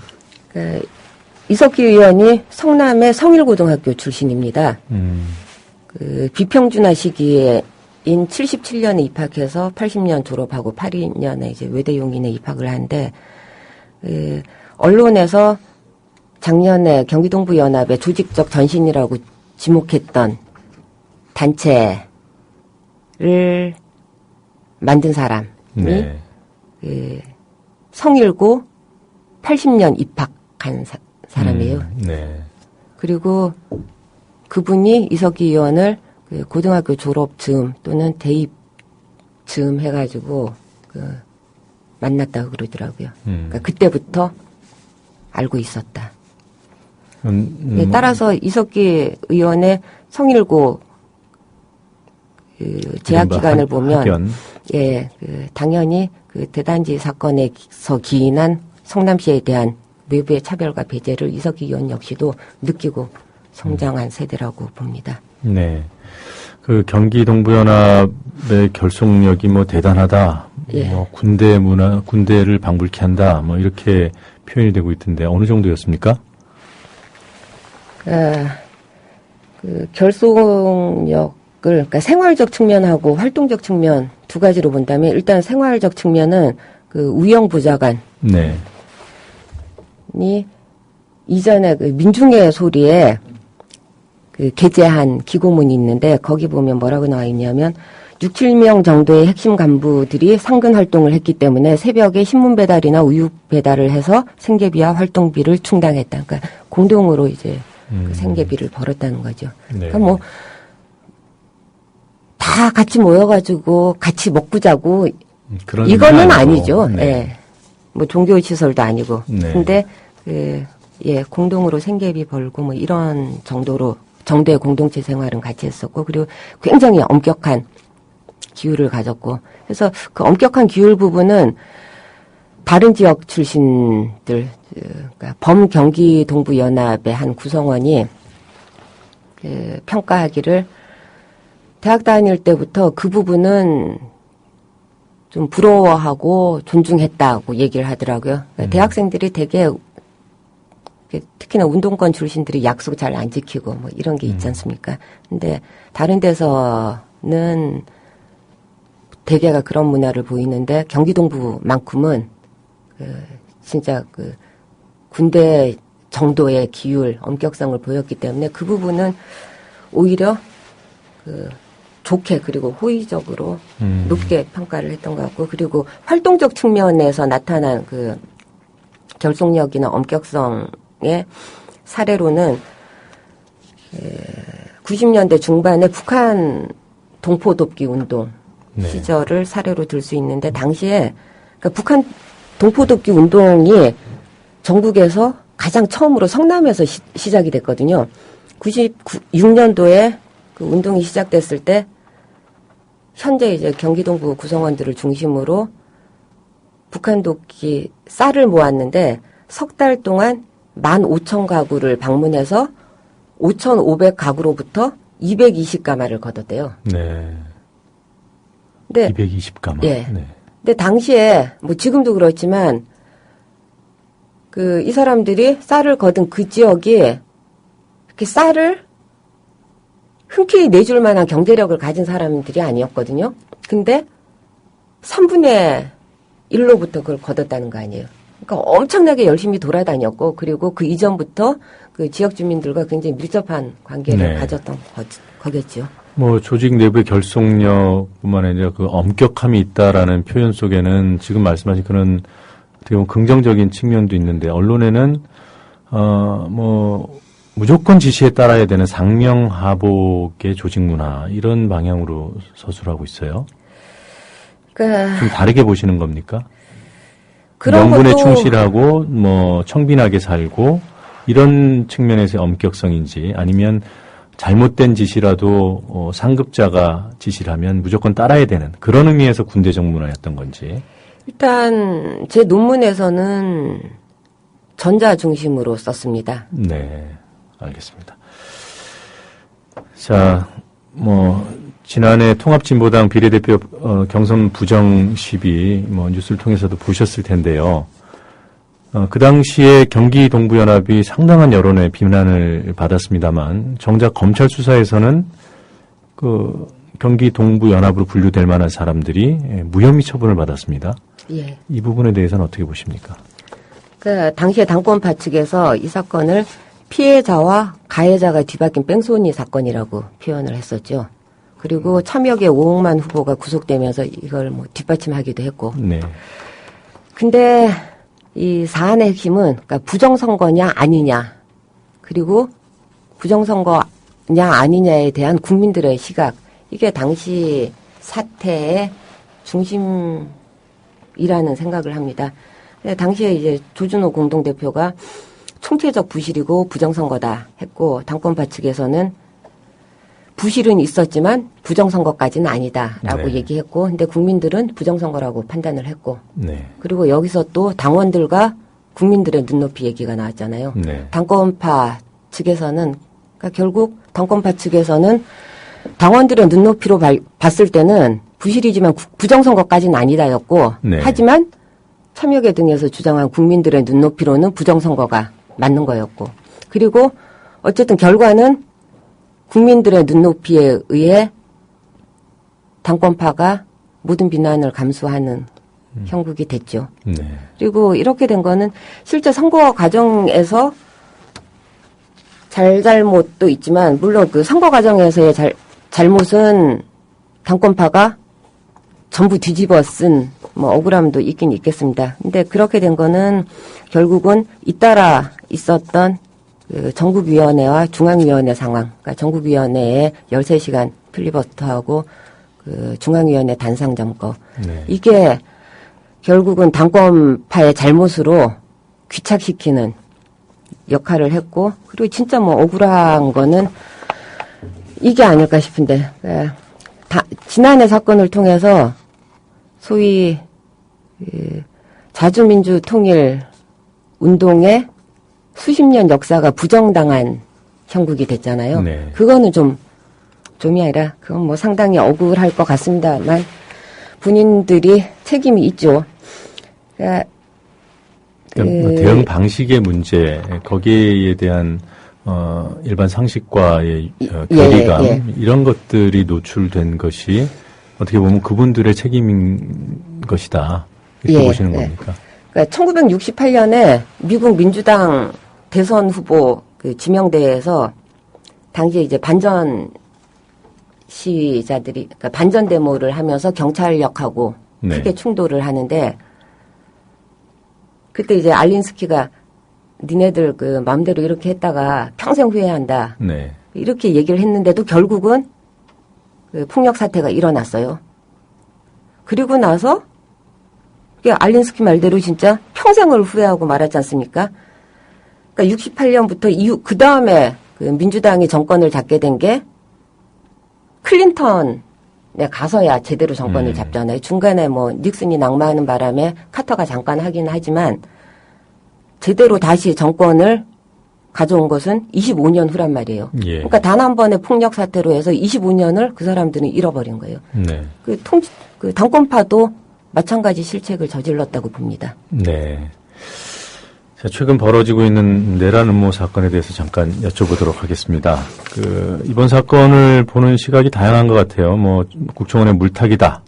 이런 얘기도 있는데, 제가 좀 여쭤보고 싶은 거는 국정원의 물타기로 보는 사람들도 그 통합진보당이나 이석기 의원에 대한 시선이 곱지 않습니다. 이건 경기 동부연합으로 표현되는 그 정치 세력이 스스로 자처한 것이라고 보십니까? 그러니까 지금 일어나는 일들이 국정원 쪽에서는 법으로 하겠다고 해놓고 여론몰이를 하고 있는 거잖아요. 네. 그리고 여기에 대응하는 통합진보당 측에서는 이제 법을 피하기 위해서 또 여론을 등에 업으려는 그런 모습들이 나타나고, 국정원은 물론 잘못한 거지요. 잘못하고 있는 거죠. 그리고 너무 과한 노림수를 이번에 보이고 있고. 하지만 통합진보당 역시 그렇게 적절한 대응을 하고 있다고는 생각을 하지 않습니다. 그러니까 자초했다는 측면보다는 국정원에서 촛불 자체를 꺼뜨리기 위한 시도라면 통합진보당 측에서는 촛불을 보호하는 속에 자기들의 자구책을 좀 마련했으면 싶었는데 그러지 않은 거는 참으로 안타깝습니다. 그러니까 자기 앞가림하기도 급급한 모습을 보이고 있다. 예. 이렇게 보시는 거죠? 예. 네, 알겠습니다. 자, 지금 시간이 없어서 이쯤에서 좀 마무리를 해야 될 것 같습니다. 멀리 아침에 이렇게 출연해 주셔서 고맙습니다. 예, 감사합니다. 네, 고맙습니다. 지금 우리가 누군가로부터 차별을 당하거나 배척당하면서 고립된다면, 그래서 그 고립이 매우 길어진다면 우리의 모습은 훗날 어떻게 변해 있을까? 또 가해자는 과연 그에 대한 대가를 치르게 될까? 이런 생각을 해보게 됩니다. 국민TV 라디오를 지지해주시는 방법. 팟빵 홈페이지에서 총 4가지를 클릭해주세요. 다운로드하기, 별점 주기, 구독하기, 댓글 달기. 기억하셨죠? 다운로드하기, 별점 주기, 구독하기, 댓글 달기. 더 좋은 방송을 위한 최고의 응원. 다운로드하기, 별점 주기, 구독하기, 댓글 달기.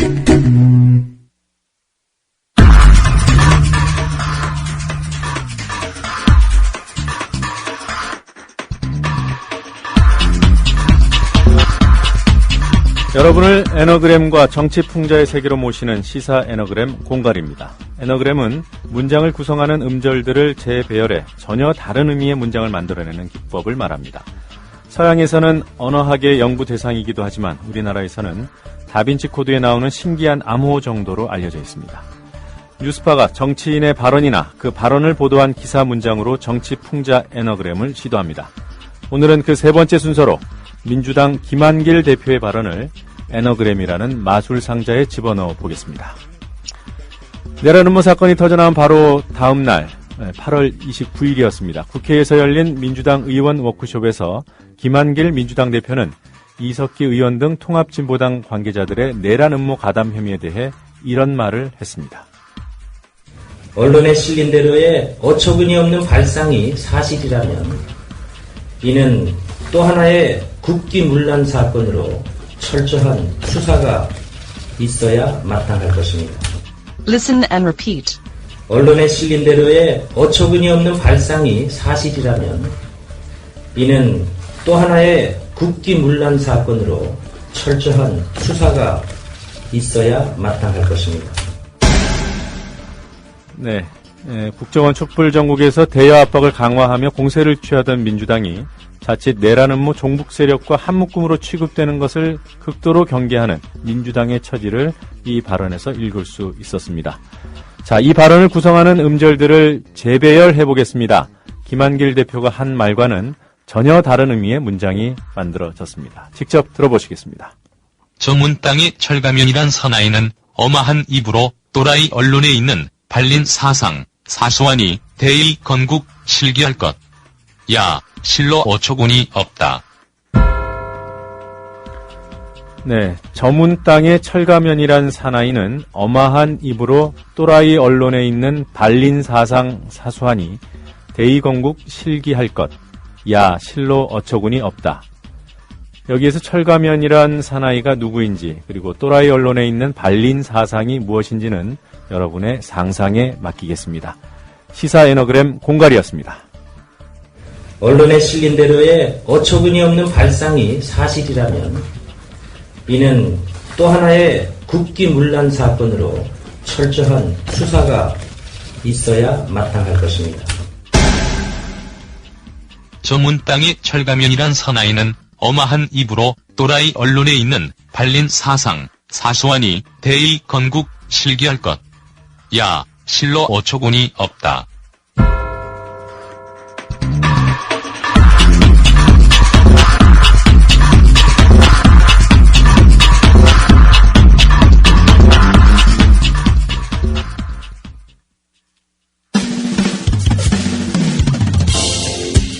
지금 여러분께서는 YTN 해직기자 노정면이 진행하는 국민TV 라디오 노정면의 뉴스바를 듣고 계십니다.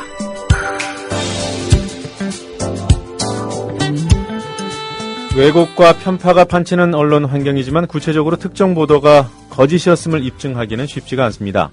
어렵게 입증이 되더라도 해당 언론사는 별 타격을 받지 않습니다. 우선 입증을 하는데 걸리는 시간이 짧게는 몇 달, 길게는 몇 년씩 걸리기 때문에 오보가 만들어낸 현실을 되돌리기는 어렵다고 할 수 있습니다. 게다가 언론사에 지우는 오보의 책임은 솜처럼 가벼워서 사후 제재의 실효성도 떨어집니다. 저희 뉴스바에서 매주 수요일 전해드리는 오보의 역사는 언론의 오보가 얼마나 심각한 수준이고 또 그것으로 인해 우리 사회가 어떤 대가를 지불하고 있는지를 살펴봅니다. 매주 이 시간을 맡아주실 이른바 오보 담당 바텐더는 기자협회보 장우성 기자입니다.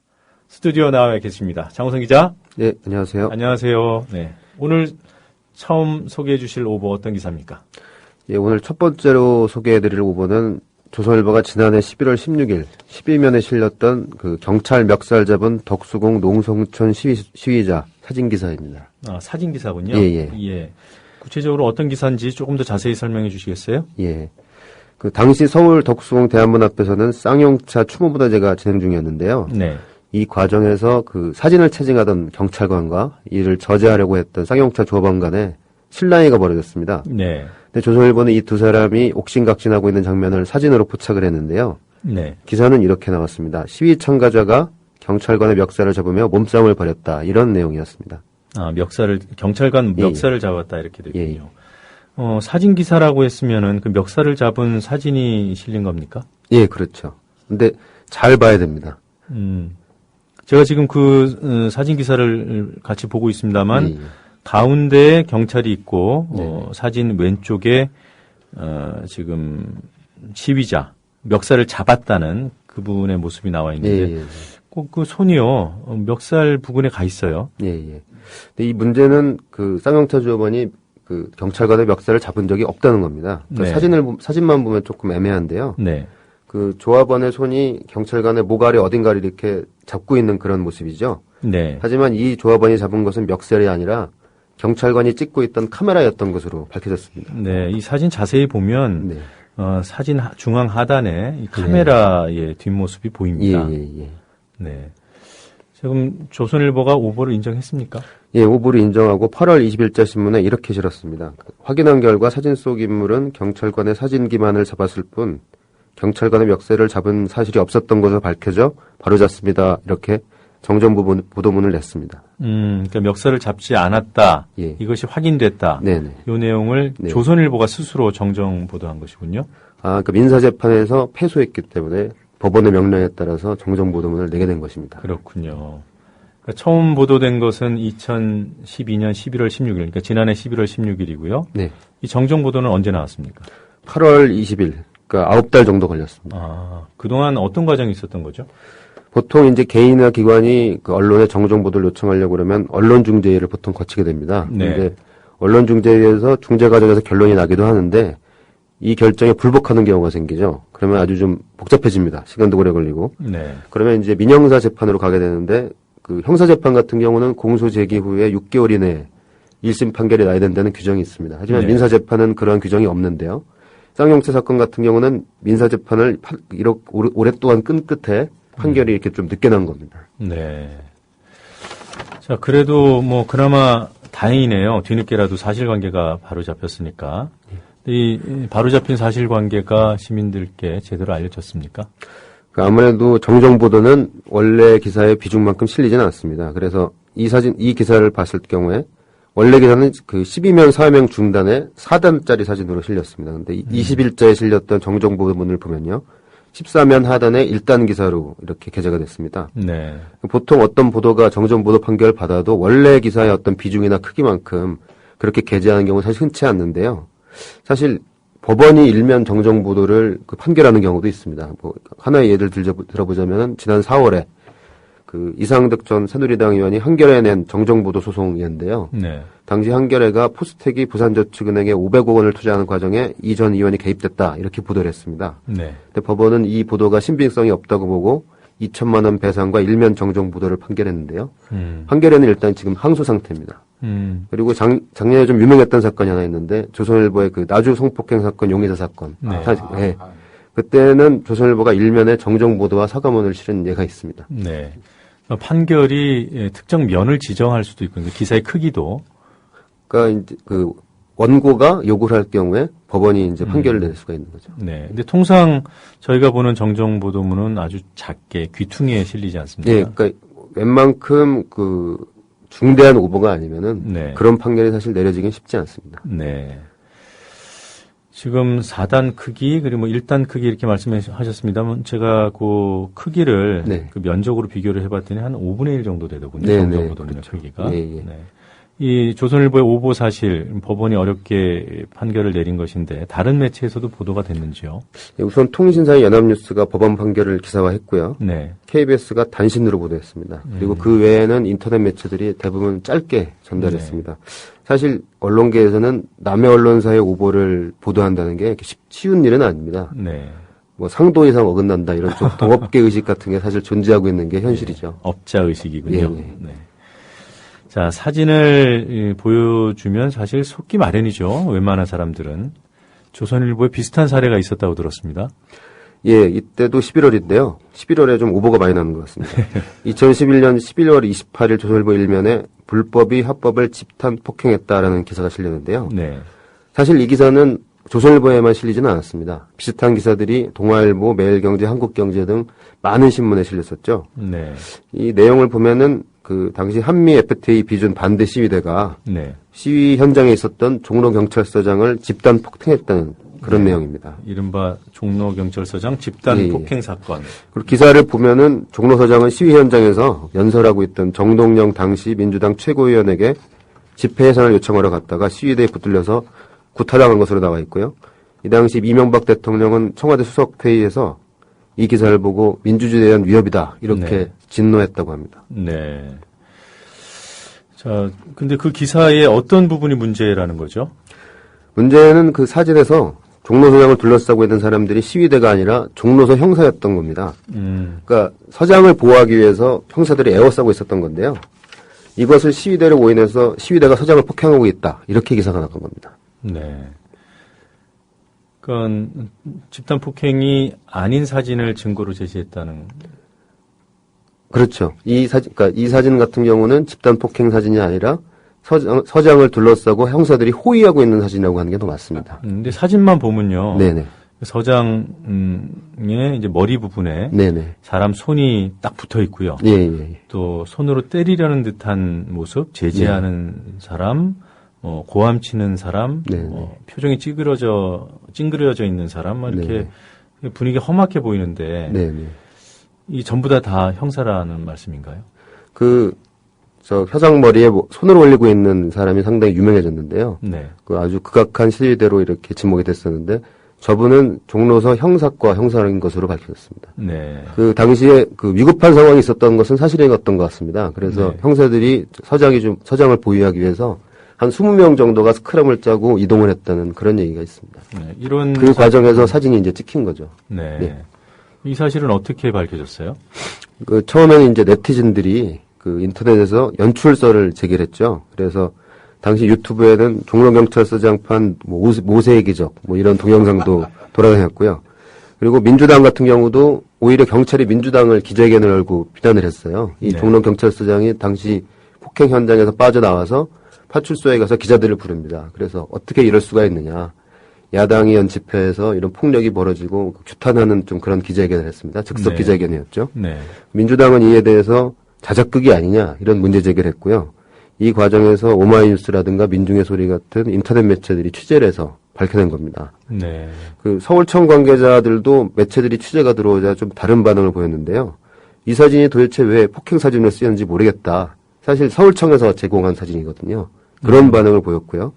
그리고 당시 사진이 찍힌 현장에 있었던 기자들도 취재에 응할 때 서장을 형사들이 에워싸고 접근하기가 힘들었다. 이렇게 증언을 한 바가 있습니다. 이 조선일보 기사를 보면은 뉴스원 제공으로 돼 있어요, 이 사진이. 예. 그러니까 보통 경찰이 통신사에 제공을 하죠. 사진을 제공을 하면은 그것을 통신사에서 받아서 다른 언론사에 이렇게 뿌리는 형태가 있을 수가 있고요. 그리고 그 뉴스원이 어떻게 찍었는지 제가 확인은 못했습니다만은 현장에 몇몇 언론사들이 있었을 수도 있습니다. 조금 전에 모세의 기적이라고 말씀하신 거는 이 종로경찰서장 일행이 그 시위대 중앙을 통해서 그래서 의혹도 많이 생겼죠. 그 어떻게 보면은 그 시위대가 밀집해 있는 그런 상황에서 종로경찰서장이 정복을 입고 거기를 돌파하려고 했다는 것은 과연 그 무슨 의도가 있었느냐. 단순히 정말 정동영 최고위원을 만나러 간 것인지 아니면은 일부러 어떤 위급한 상황을 연출하려고 했던 것은 아닌지 그런 의혹을 부를 수 있는 충분한 상황이 됐었다고도 볼 수 있습니다. 저도 사실 이 당시에 좀 의아했습니다. 왜 정복을 입고 나타나셨을까? 그리고 왜 돌아가지 않고 시위대로 관통하려고 했었을까? 근데 제가 가졌던 더 큰 의문은요. 만약에 누군가가 흥분해서 돌발 행동을 했다면 뭐 그럴 수는 있지 않습니까? 그러면 안 되지만 그랬을 경우에 그 수많은 시민들이 그 사람을 자제하지 않고 동조해서 집단 폭행에 가담했을까? 우리 시민 의식이 그 정도밖에 안 되는가? 이런 생각을 하고 동영상을 봤던 기억이 있습니다. 이 종로서가 그 사진이 잘못된 것이다. 이 사진은 폭행의 증거가 아니다. 이렇게 인정을 공식적으로 한 거죠?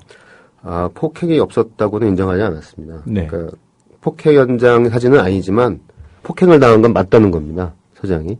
이 사진은 폭행 사진이 아니지만. 폭행을 당한 건 맞다는 겁니다. 그래서 그 종로서에서는 서장이 계급장에 뜯기고 전치 3주의 부상을 입었다고 주장을 했고요.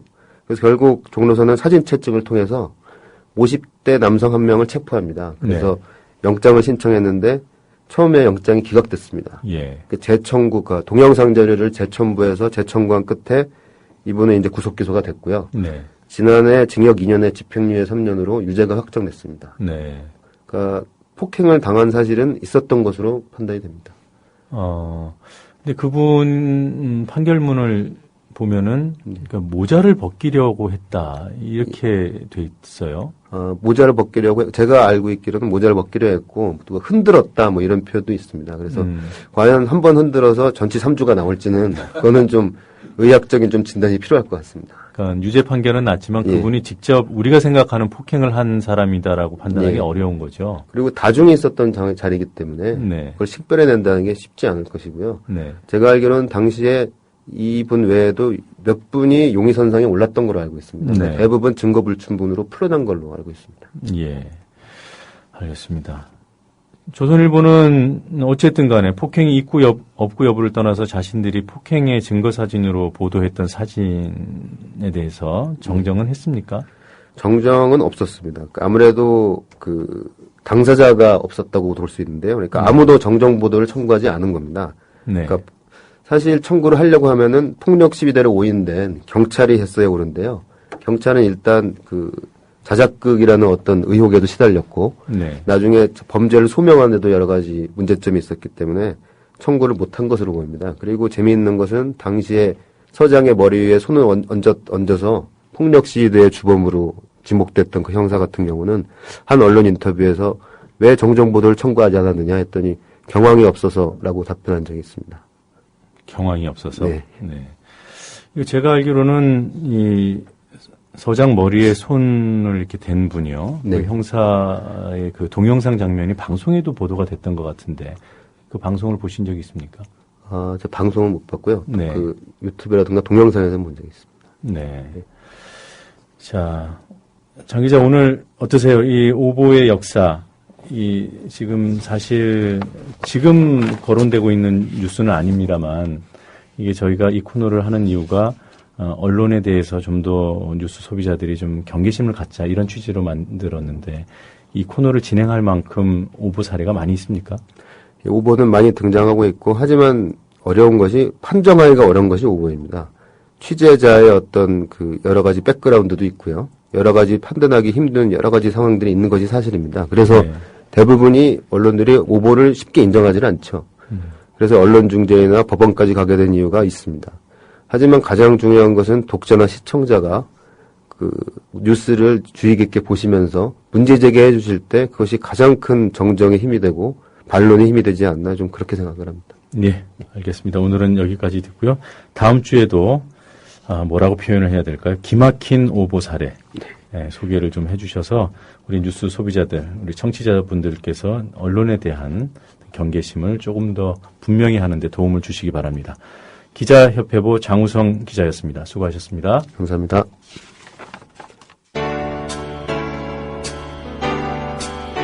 네, 노래 한 곡 듣고 가겠습니다. 한영애의 조율입니다.